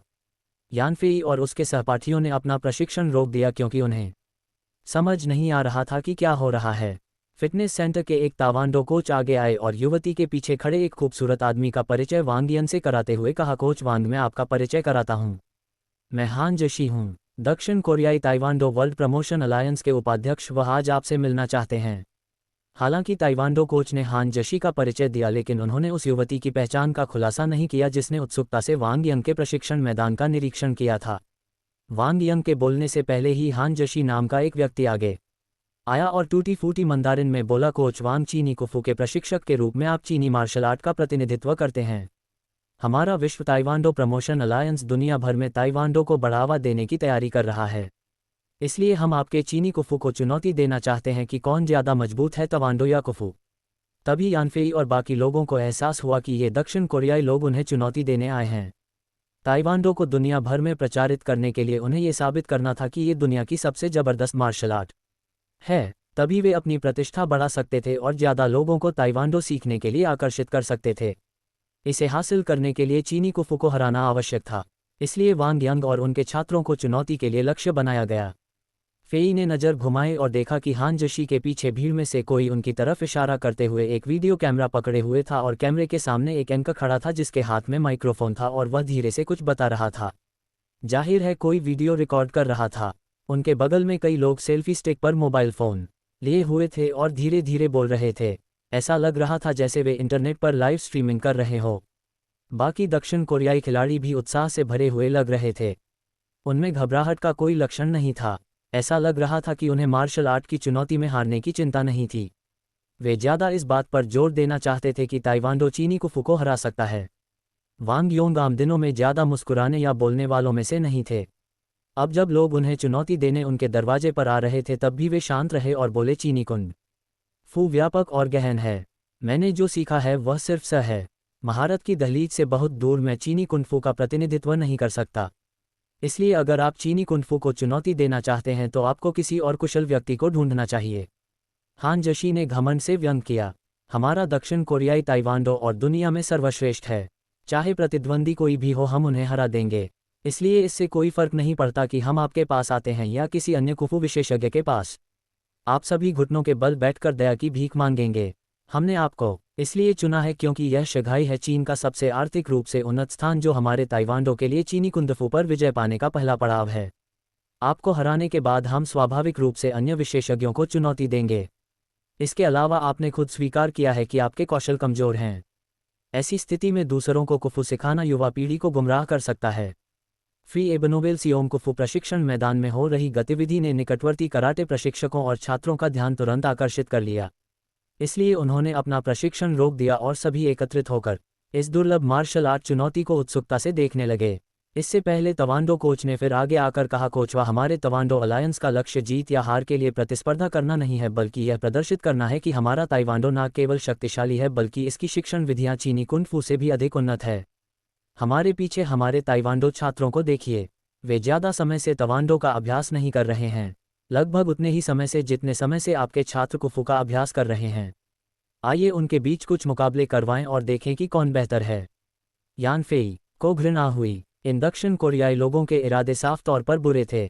ताइवांडो के छात्रों ने भले ही लंबे समय तक प्रशिक्षण नहीं लिया हो, लेकिन अगर उन्हें आगे आने के लिए चुना गया है तो उन्होंने जरूर कुछ प्रभावी युद्ध तकनीकें सीखी होंगी और निस्संदेह उनमें काफ़ी लड़ाकू क्षमता होगी। दूसरी ओर वांग यन के शिष्यों को देखें तो उनमें से प्रत्येक ने केवल बुनियादी कुंफू शैलियों का अभ्यास किया था, शायद ही कभी अभ्यास किया था, और उनमें से कुछ ने केवल आकर्षक लेकिन अव्यावहारिक चालें ही सीखी थी। इसके अलावा वांग यन की ढीली शिक्षण शैली और उन पर सख्त मांगों की कमी के कारण उनकी मानसिक स्थिति भी खराब थी। वे एक सामान्य व्यक्ति से बम मुश्किल ही ज़्यादा मजबूत थे और उनमें युद्ध शक्ति का पूर्ण अभाव था। दोनों की तुलना करें तो ताइवांडो के छात्रों ने कुफू के छात्रों को आसानी से पीछे छोड़ दिया। दक्षिण कोरियाई छात्रों ने भी इस बात को नोटिस किया था, इसीलिए वे इतनी हिम्मत से चुनौती देने और उसका सीधा प्रसारण करने आए ताकि चीनी कुंफू को दबाते हुए ताइवांडो का कौशल दिखाया जा सके। वांग योन ने सिर हिलाते हुए कहा, मुझे माफ़ करना, हम चीनी कुंफू का अभ्यास शारीरिक स्वास्थ्य सुधारने के लिए करते हैं, न कि दिखावे और हिंसा के लिए। इसलिए मैं अपने छात्रों को आपके साथ प्रतिस्पर्धा करने की इजाज़त नहीं देता।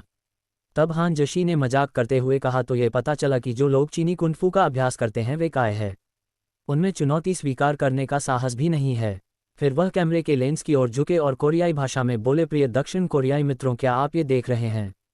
वे चीनी लोग अपने कुफू की तारीफ आसमान तक करते हैं, मानो वह दुनिया में सबसे बेहतरीन हो, लेकिन वे तो बस डरपोक लोग हैं। हम ताइवांडो वाले, यहाँ तक कि एक नौसिखिया जिसने कुछ दिन अभ्यास किया हो, चुनौती मिलने पर आगे बढ़ जाता है।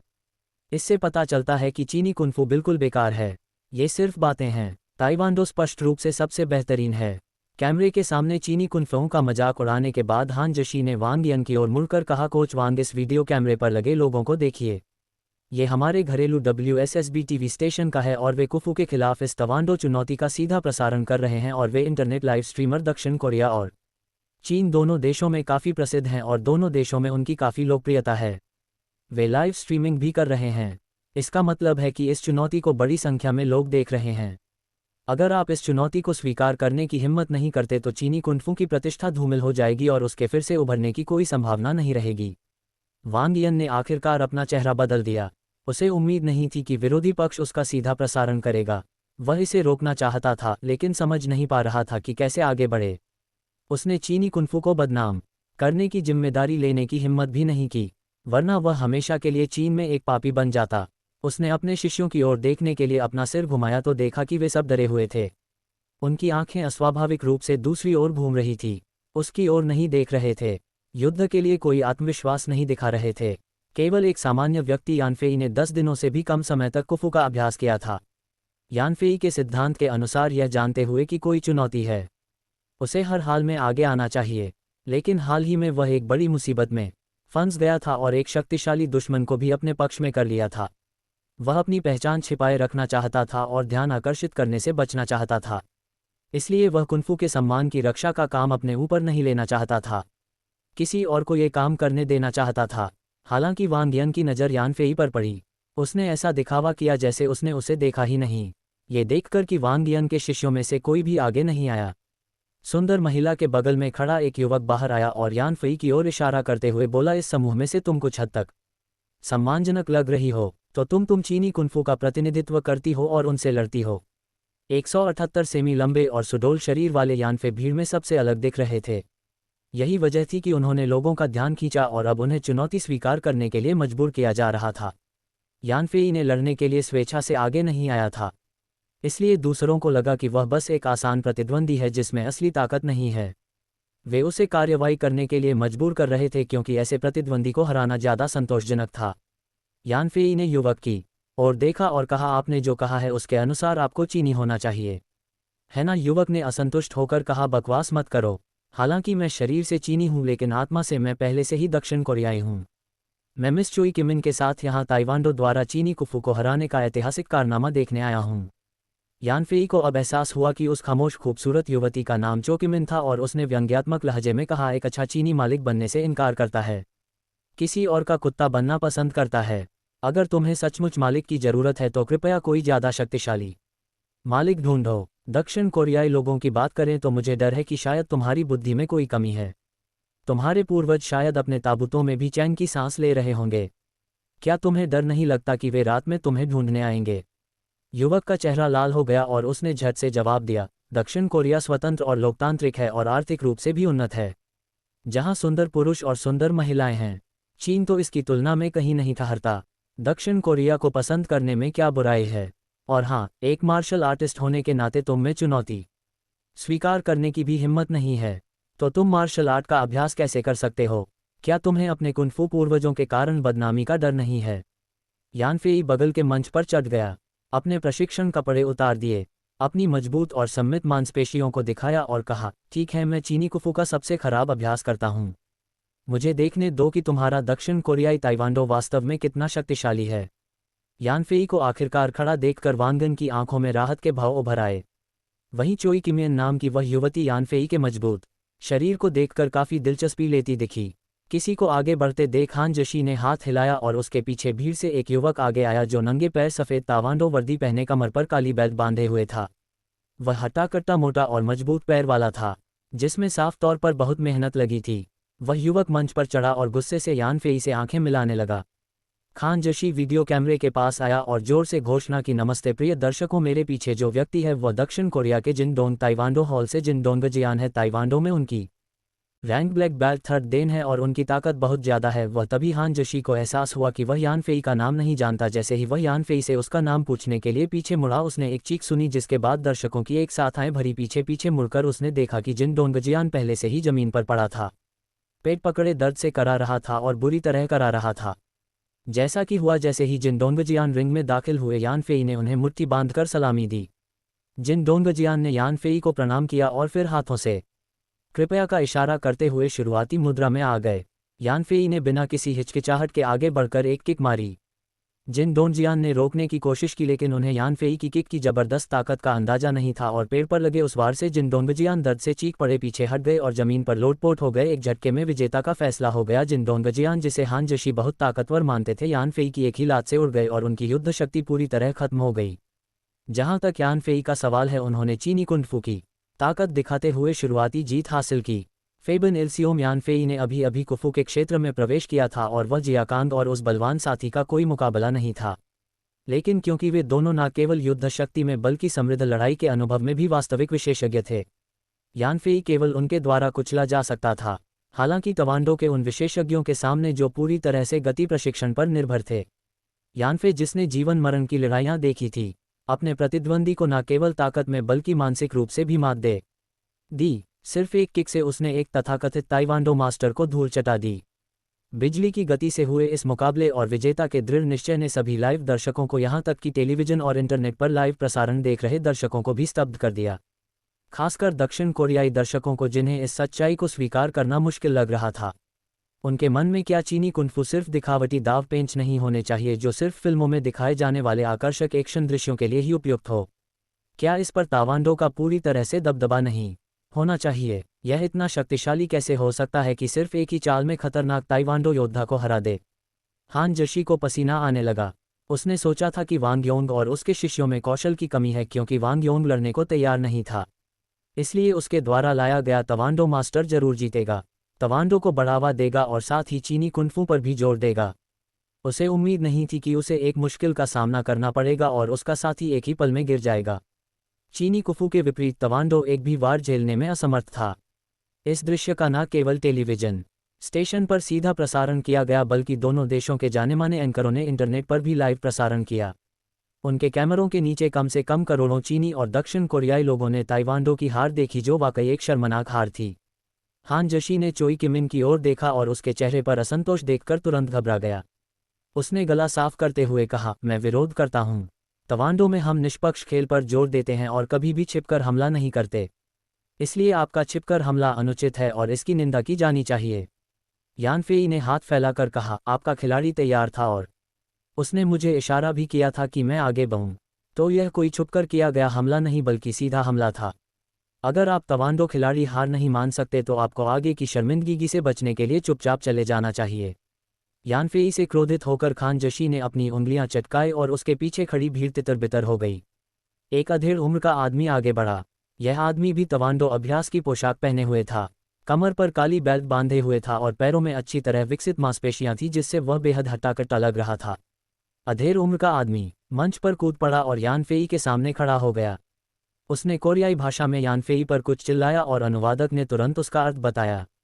मेरा नाम किमवाही है। मैं दक्षिण कोरिया के होस्ट तावांडो जिम से हूं और मेरी वर्तमान rank taekwondo black belt 4th dan है। अब मैं आपको चुनौती देता हूं। यानफेई ने मुट्ठी बांधकर सलामी दी और कहा, चीन से यानफेई सुरपास मार्शल आर्ट जिम के मास्टर वांगन का शिष्य। मैंने 9 दिनों तक कुंफू का अभ्यास किया है और मैं आपकी चुनौती स्वीकार करता हूं। यानफेई की पृष्ठभूमि सुनकर दक्षिण कोरियाई लोगों का समूह दंग रह गया। उन्हें उम्मीद नहीं थी कि यानफेई, जिसने अभी अभी मार्शल आर्ट सीखना शुरू किया था, एक तावांडो गुरु को हरा देगा जो वर्षों से कड़ी मेहनत कर रहा था और ब्लैक बेल्ट डैम के पद तक पहुंच गया। क्या ये सच हो सकता है कि चीनी कुफू सचमुच तावांडो से बेहतर था? हान जशी ने व्यंग्यात्मक लहजे में कहा, तुम चीनी लोग कितने पाखंडी हो। नौसिख होने का नाटक करते हो, जबकि तुमने वाकई कई सालों तक कुंफू का अभ्यास किया है। ये बिल्कुल घृणित है। अगर तुमने सचमुच सिर्फ 9 दिन कुंफू का अभ्यास किया है तो मैं रिंग की रस्सियां खा जाऊंगा। यानफेई ने ठंडे स्वर में उपहास किया और वाक्य में न उलझने का फैसला किया। इसके बजाय उसने किम वही की ओर देखा, मानो आमंत्रण का इशारा कर रहा हो। दक्षिण कोरियाई टीम की ओर से किसी भी तरह के छुपे हमले के आरोपों से बचने के लिए इस बार उसने पहले हमला नहीं किया बल्कि विरोधी के हमला करने का इंतजार किया। किम वही ने यानफेई को प्रणाम किया और फिर बिना किसी चेतावनी के एक स्पिनिंग लीप केक से अचानक हरकत में आ गया। यानफेई ने खुद को घोड़े की मुद्रा में स्थिर किया, अपनी छाती को बचाने के लिए अपनी बाहें ऊपर उठाए और समय रहते किम वही की किक को रोकने में कामयाब रहा। एक जोरदार धमाका हुआ और किम वही का शरीर कांप उठा जब वह जमीन पर गिरा और लगभग अपना संतुलन खो बैठा। दूसरी ओर यानफेई ने घुरघुराहट की और एक कदम पीछे हट गया। पहले ही मुकाबले में यानफेई ने किम वही के हमले को नाकाम कर दिया और उसकी ताकत का भी अंदाजा लगा लिया। सिर्फ ताकत के दम पर यानफेई को बढ़त मिल गई और वह ज़्यादा निश्चिंत महसूस करने लगा। इससे पहले जिया कांग और उस हटेक कट्टे आदमी का सामना करते हुए यानफेई पूरी तरह से नुकसान में था, जिससे उसकी अपनी क्षमताओं पर उसका भरोसा कमजोर हो गया था। अब इस शुरुआती परीक्षा के बाद उसे यह एहसास हुआ कि उसका प्रतिद्वंदी उतना मजबूत नहीं था जितना उसने सोचा था और उसका आत्मविश्वास बढ़ गया। किम वाही एकदम से चौंक गया। उसकी घूमती हुई की इतनी तेज थी कि लकड़ी के डंडे तोड़ सकती थी और कई विरोधी इस चाल से गिर चुके थे। यहाँ तक कि कुछ की पसलियाँ भी टूट गई थी। उसने कभी सोचा भी नहीं था कि जब उसकी किक यानफेई पर लगी तो उसे ऐसा लगेगा जैसे वह किसी पेड़ पर लगी हो और उसकी जबरदस्त प्रतिक्रिया उसे लगभग गिरा ही देती। यानफेई की नज़रें किमवाही पर टिकी थी और वह तेजी से उसकी तरफ दौड़ा। उसके करीब पहुंचने से पहले ही किमवाही ने एक बार फिर चिल्लाया और ऊंची छलांग लगाकर एक और घूमता हुआ किक मारी। यानफेई ने मन ही मन उपहास किया। वांग योंग ने उसे सिखाया था कि चीनी कुंफू में सबसे बड़ी मनाही हवा में उड़ना है। एक बार जब कोई मार्शल कलाकार जमीन से ऊपर उठ जाता है तो वह अपने भाग्य पर नियंत्रण खो देता है। तवांडो में सुंदर मुद्राओं की तलाश में कई हवाई युद्धाभ्यास शामिल थे, लेकिन उसे यह एहसास नहीं था कि यह मौत को दावत देने जैसा था। जैसे ही यानफेई ने किमवाही को फिर से हवा में उड़ते देखा, उसने गति बढ़ा दी और दूरी कम कर दी तथा किमवाही की जान पर एक भयंकर मुक्का मारा। किमवाही हवा में ही अपनी चाल बदलने में असमर्थ थे। उनकी स्पिनिंग किक पूरी तरह से लगी भी नहीं थी कि यानफेई का मुक्का उनके ऊपर आ गिरा। फिर वे उछलकर जमीन पर जोर से गिरे। उन्होंने थोड़ी देर तक संघर्ष किया लेकिन उठ नहीं पाए। उनके चेहरे पर दर्द के भाव थे। आसपास के दक्षिण कोरियाई लोग दंग रह गए और डॉक्टरों की एक टीम तुरंत किमवाही की जांच के लिए दौड़ी। उन्होंने पाया कि यानफेई के मुक्के से उसकी जान की हड्डी टूट गई थी। इसका मतलब था कि किमवाही को गंभीर चोटें आई थी और उसकी लड़ने की सारी ताकत खत्म हो गई थी। दर्शक स्तब्ध रह गए। किमवाही पूरे जोश के साथ रिंग में उतरे थे, लेकिन सिर्फ 2 राउंड में ही वे बुरी तरह घायल होकर जमीन पर पड़े थे। विरोधाभास बहुत बड़ा था। लाइव स्ट्रीम देख रहे दक्षिण कोरियाई दर्शकों की हालत ऐसी थी मानो उन्होंने मक्खियां निगल ली हो। जीत की उनकी तैयार की हुई जयकारें दब गई। हांजशी बुरी तरह हिल गया। चोई किमियन के असंतुष्ट भाव को देखने के लिए पीछे मुड़कर देखा तो उसके माथे पर ठंडा पसीना आ गया। हाथ हिलाते ही डॉक्टर उसके पास आए और किमवाही को तुरंत इलाज के लिए ले गए। खान जशी अपनी इज्जत बचाने के लिए कुछ कहने ही वाले थे कि अचानक एक आवाज़ गूंजी जो धारा प्रवाह मंदारिन बोल रही थी, प्रभावशाली, सचमुच प्रभावशाली। मैंने कभी नहीं सोचा था कि चीनी कुफू का ऐसा उत्तराधिकारी होगा। यानफेई ने नज़र घुमाए और दक्षिण कोरियाई लोगों के समूह में से एक मुरझाया हुआ बूढ़ा आदमी निकलता हुआ देखा। बूढ़े का शरीर दुबला पतला और झुका हुआ था। उसने साधारण कपड़े पहने हुए थे और वह बहुत साधारण लग रहा था। वह धीरे धीरे मंच पर यानफेई की ओर बढ़ा और हर कदम के साथ बूढ़े का शरीर और भी सीधा होता गया। हर कदम के साथ उसका शरीर और भी मजबूत होता गया और हर कदम के साथ उसका आभा मंडल और भी गहरा होता गया। अंत तक मूल रूप से मुरझाया हुआ बूढ़ा व्यक्ति एक प्रभावशाली आकृति में बदल गया। एक दुर्जया आभा के साथ फट गया, जिसने यानफेई को चौंका दिया, जिसने सीधे उसका सामना किया और अनजाने में यानफेई के दिल में शक्तिहीनता की भावना पैदा हो गई। दुबला पतला बूढ़ा आदमी चोई किमन के पास खड़ा था। उसकी पलकें झुकी हुई थी और वह पूरी तरह से निस्तेज लग रहा था। किसी ने उस पर ध्यान नहीं दिया था, ये समझे बिना कि वह एक छिपा हुआ अजगर था। जैसे ही उसने अपना असली रूप दिखाया, स्थिति नाटकीय रूप से बदल गई। तमाशा देख रहे दर्शक और लाइव स्ट्रीम देख रहे दर्शक उस बूढ़े व्यक्ति को देखकर दंग रह गए। अगर उन्होंने अपनी आंखों से इस बदलाव को चरणबद्ध तरीके से होते ना देखा होता तो उन्हें लगभग यही लगता कि वह बूढ़ा व्यक्ति जादू कर रहा है। एक इंसान का शरीर पल भर में इतना नाटकीय रूप कैसे बदल सकता है, या ये बूढ़ा व्यक्ति इंसान ही नहीं था। अब वह प्रभावशाली वृद्ध व्यक्ति मंच पर खड़ा हुआ और यानफे से बोला, हालांकि तुमने उन दोनों को हरा दिया, लेकिन वे ताइवांडो की सती समझ से भी कम थे और किसी भी तरह से ताइवांडो का प्रतिनिधित्व नहीं कर सकते, इसलिए तुमने ताइवांडो को नहीं हराया है। मैंने बचपन में ताइवांडो का प्रशिक्षण लिया था और मुझे इसकी कुछ समझ है। मैं खुद को ताइवांडो का उत्तराधिकारी मानता हूं, इसलिए चलो मैं तुम्हें परखता हूं। फेल.com बूढ़े की जबरदस्त उपस्थिति को महसूस करते हुए ज्ञानफेई को एहसास हुआ कि उसका सामना एक अभूतपूर्व रूप से दुर्जय दुश्मन से है, लेकिन वह डरा नहीं।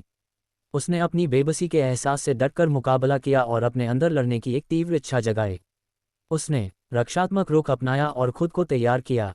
तभी जोर से हंसते हुए वांग यंगन उछलकर मानो टेलीपोर्ट हो रहा हो, यानफेई के सामने खड़ा हो गया और बूढ़े आदमी से बोला, अरे धूर्त बूढ़े भूत, मेरे शिष्य ने कुंफू का अभ्यास कुछ ही दिनों से किया है और अभी भी 9 से किया है। उसे डराओ मत। वांग यन के आगे बढ़ने से किसी तरह बूढ़े का दबाव कम हुआ और यानफेई को तुरंत राहत का एहसास हुआ। उसने वांग यन की ओर देखा जो अचानक उसके सामने प्रकट हो गया था और वह आश्चर्य से दंग रह गया। वांग योन वाकई कोई साधारण व्यक्ति नहीं था। उसका सामान्य सा दिखने वाला रूप तो बस एक दिखावा था। ताइवांडो मास्टर का सामना करने के बावजूद वांग योंग ने कोई खास आभा नहीं बिखेरी, फिर भी उस बूढ़े आदमी के दबाव को पूरी तरह से कम कर दिया। वह यानफेई की ओर मुड़ा और बोला, पहले तुम नीचे उतरो, मुझे इस बूढ़े दक्षिण कोरियाई ढोंगी से निपटने दो। यानफेई ने जिद नहीं की और ताइवांडो के बूढ़े व्यक्ति के साथ वांग यन की लड़ाई देखने के लिए मंच से उतर गए। वांग यन को अचानक अपने सामने आते देख बूढ़े व्यक्ति की पलकें झपक गई, क्योंकि उसे एहसास हो गया था कि वह एक सच्चे विशेषज्ञ के सामने है। बहरहाल ये उसके लिए एक सुखद घटना थी। आखिरकार उसे एक चीनी कुफू विशेषज्ञ से एक बेहतरीन मुकाबला लड़ने और दुनिया को ताइवांडो की ताकत दिखाने का मौका मिला। मंच पर वांग योंग और बूढ़े आदमी का आमना सामना हुआ। बूढ़ा आदमी पूरी तरह से जुझारू था और उसकी आभा लगातार बढ़ती जा रही थी, मानो उसकी कोई सीमा ही ना हो। मंच के नीचे से यानफेई हैरानी से देख रहा था। उसने कभी सोचा भी नहीं था कि कोई इंसान इतनी आभा बिखेर सकता है। इस बीच वांग योंग उस बूढ़े आदमी की आभा से बेपरवाह प्रभावित दिखाई दिया। अचानक बूढ़ा आदमी चिल्लाया और वांग योंग की ओर बढ़ा। वांग योंग अपनी बाहें छाती के सामने फैलाए, हथेलियां अंदर की ओर स्थिर खड़ा रहा। पूरी रफ्तार से दौड़ते हुए बूढ़े आदमी के पैरों की मांसपेशियां अचानक फूल गई और अविश्वसनीय रूप से मोटी हो गई।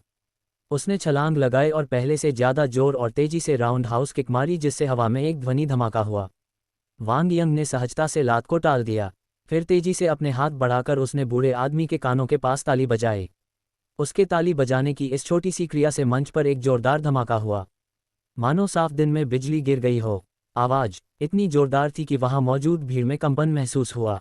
उनकी हड्डियां नरम पड़ गई और वे सभी जमीन पर गिर पड़े। कई लोग तो बेहोश भी हो गए। अगर सिर्फ किनारे से देखने वालों पर आवाज के बाद का असर इतना ज्यादा था तो उस बूढ़े आदमी पर, जिसके कानों पर यह आवाज एकदम सीधी पड़ी थी, और भी बुरा असर पड़ा। उसके कान के पर्दे तुरंत फट गए।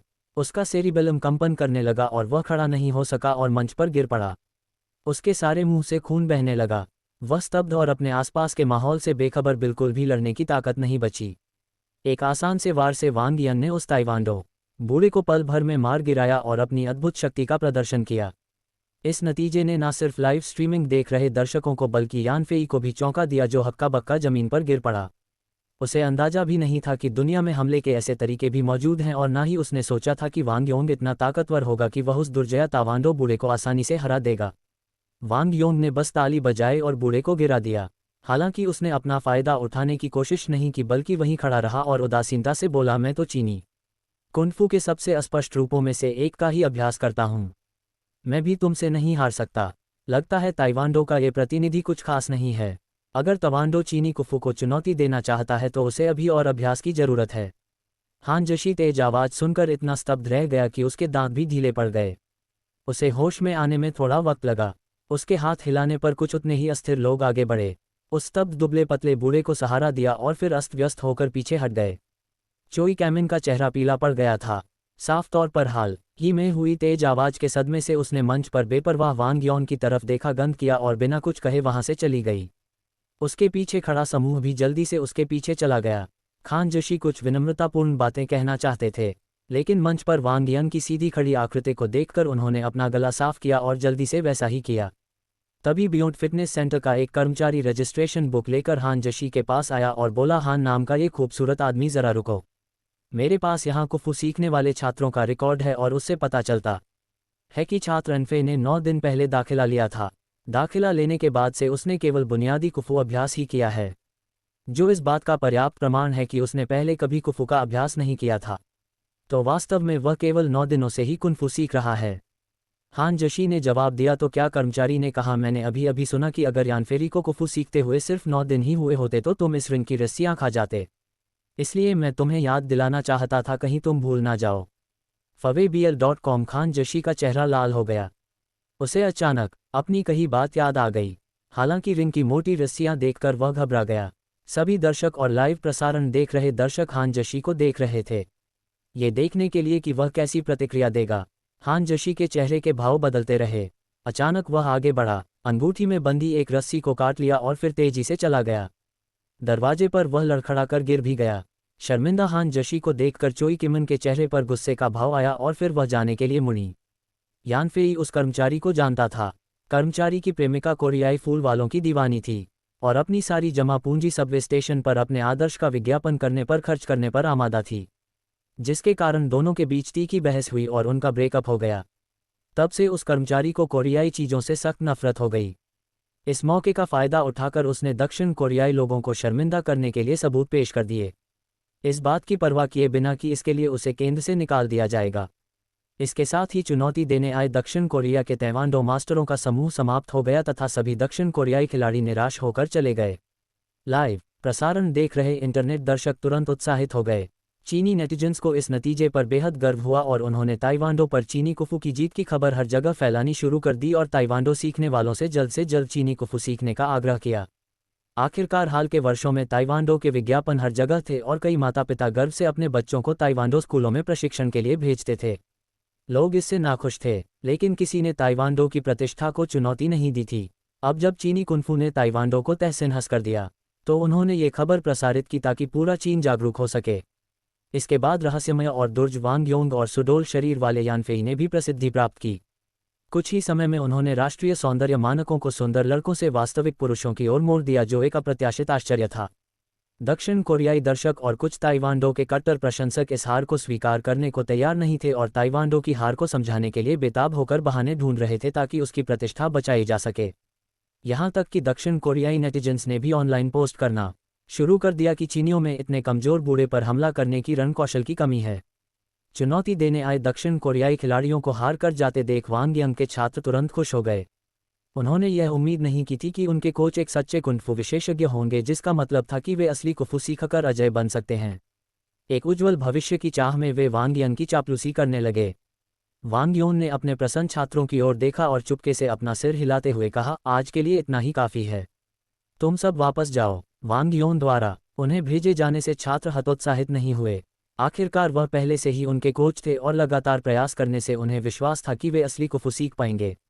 उत्साहित होकर उन्होंने घर जाने के लिए अपना सामान समेटा और अपने दोस्तों के सामने आज जो कुछ उन्होंने देखा था उसका बखान करने लगे। लेकिन जैसे ही यानफेई जाने वाला था, वांग योन ने उसे आवाज़ दी।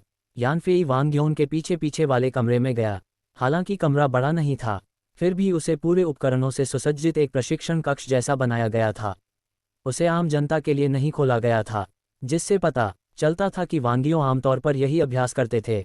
यानफेई को कमरे में ले जाते हुए वांगियों ने उसकी ओर पीट कर ली और खिड़की के पास खड़े होकर कहा, यानफेई, क्या तुम जानना चाहते हो कि मैं अपने कुशल कौशल के बावजूद तुम्हें केवल बुनियादी कुनफू ही क्यों सिखाता हूँ?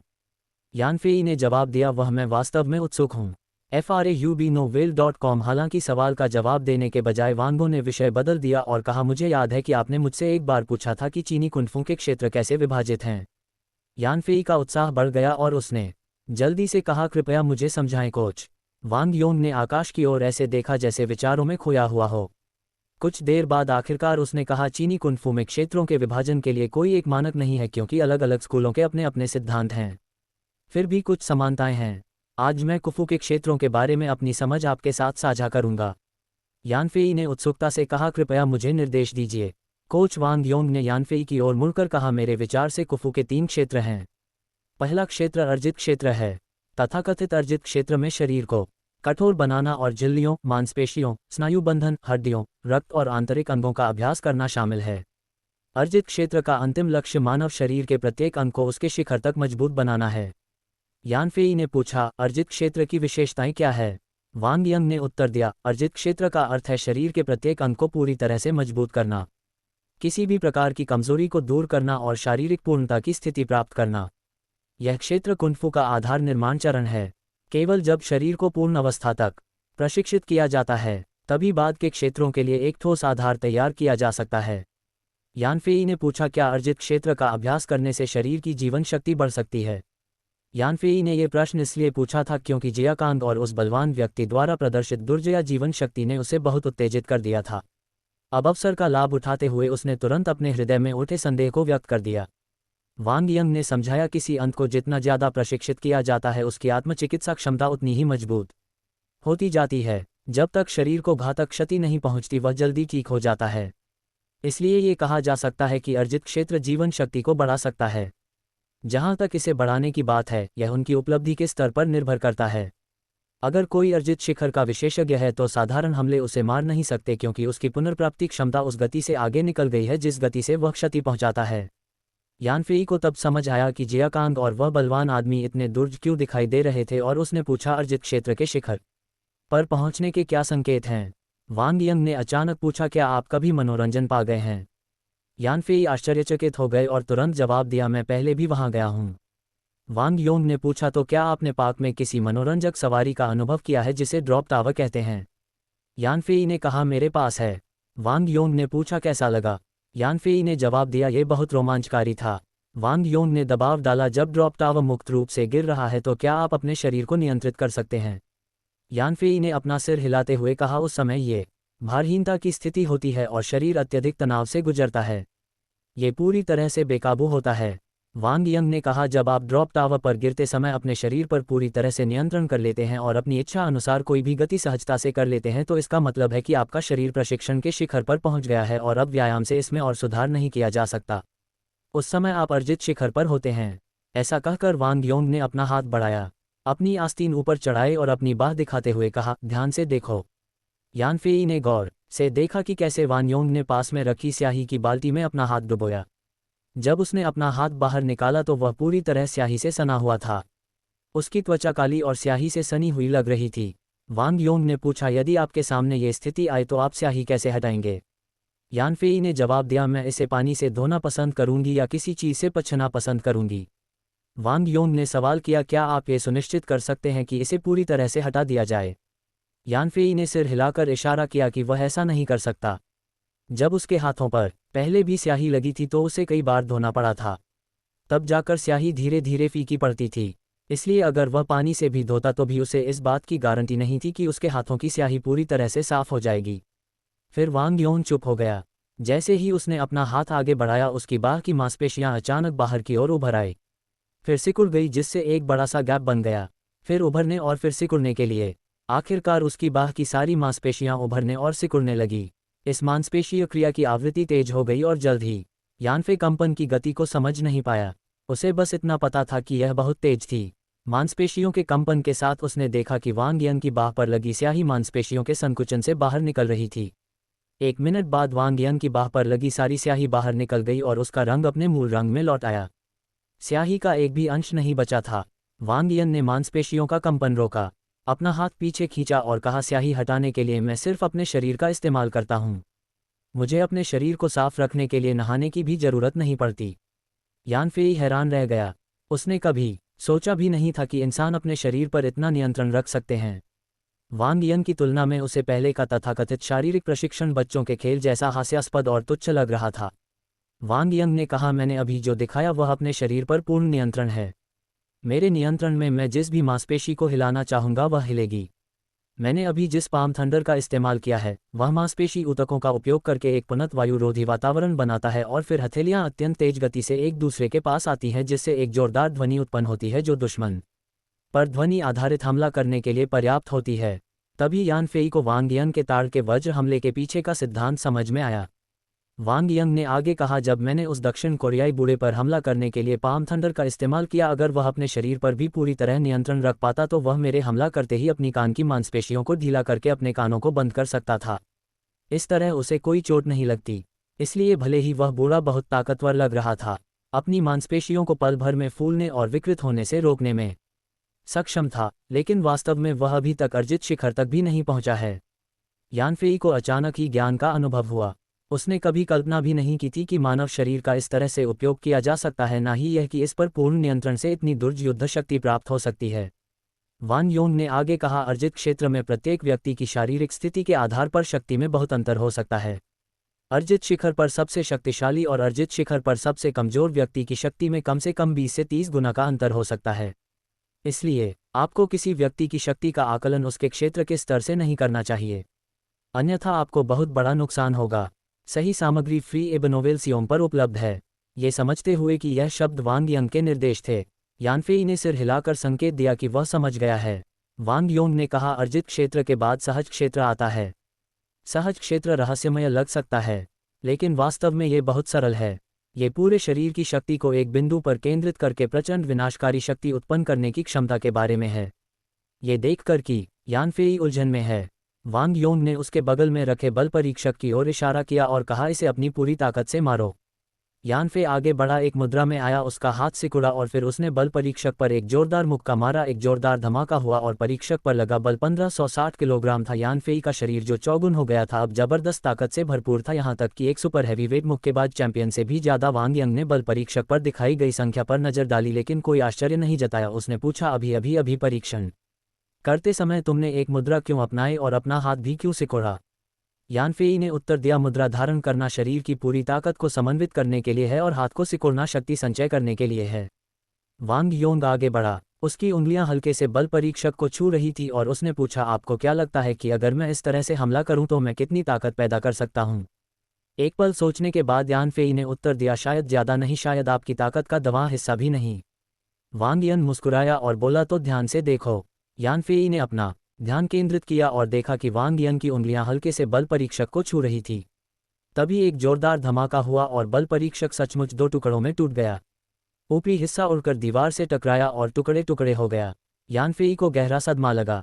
वांग यंग ने ना तो कोई मुद्रा अपनाई थी, ना ही कोई शक्ति संचित की थी, फिर भी हल्के से स्पर्श से ही उसने इतनी जबरदस्त शक्ति उत्पन्न कर दी। ऐसा कैसे हो सकता है? वांग योंग ने अपनी उंगली वापस खींच ली और कहा, आपको लगता है कि मेरी ताकत इतनी महान है कि इसका 10वां हिस्सा भी ऐसा प्रभाव पैदा कर सकता है? यान फेई ने बार बार सिर हिलाया। इस कारण के अलावा वह ये नहीं बता सका कि अभी क्या हुआ था। वांग यंग ने कहा, अगर मैं आपसे कहूं कि अभी मैंने पूरी ताकत से हमला किया है तो क्या आप इस पर विश्वास करेंगे? यान फेई ने असमंजस के साथ कहा, आपने इसे केवल हल्के से छुआ था, ये पूरी ताकत से किया गया प्रहार कैसे हो सकता है? वांग यंगन ने समझाया, ये सहज क्षेत्र का चमत्कार है। एक बार जब हम अपने शरीर पर पूर्ण नियंत्रण पा लेते हैं तो हम आंतरिक शक्ति को एक धारा में बांधना शुरू कर देते हैं, जिससे हम किसी भी परिस्थिति में पूरी ताकत से प्रहार कर सकते हैं। यही सहज क्षेत्र है। हालांकि आप हमला करते समय अपने शरीर के अन्य अंगों की शक्ति का भी उपयोग कर सकते हैं, लेकिन ऐसा करने के लिए आपको एक उचित मुद्रा अपनानी होगी और आप जो शक्ति जुटा सकते हैं वह बहुत अधिक नहीं है। उदाहरण के लिए, अपने पिछले प्रहार में आपने अपनी जीभ और कानों की शक्ति का उपयोग नहीं किया था, लेकिन अपने प्रहार में मैंने अपनी जीभ और कानों सहित पूरी शक्ति का उपयोग किया। इसलिए जब भविष्य में आपका सामना किसी वास्तविक सहज विशेषज्ञ से हो तो आपको बहुत सावधान रहना होगा। हल्के से स्पर्श से ही वे 1000 पाउंड का बल प्राप्त कर सकते हैं। तभी यानफी को जन्मजात और अर्जित लोगों के बीच का अंतर समझ में आया। यह इस बारे में है कि क्या शरीर की शक्ति को एक ही बल में बदला जा सकता है या नहीं। अगर उसका सामना सचमुच किसी जन्मजात विशेषज्ञ से होता तो उसे विशेष रूप से सावधान रहना पड़ता, क्योंकि एक भी लापरवाही भारी नुकसान का कारण बन सकती थी।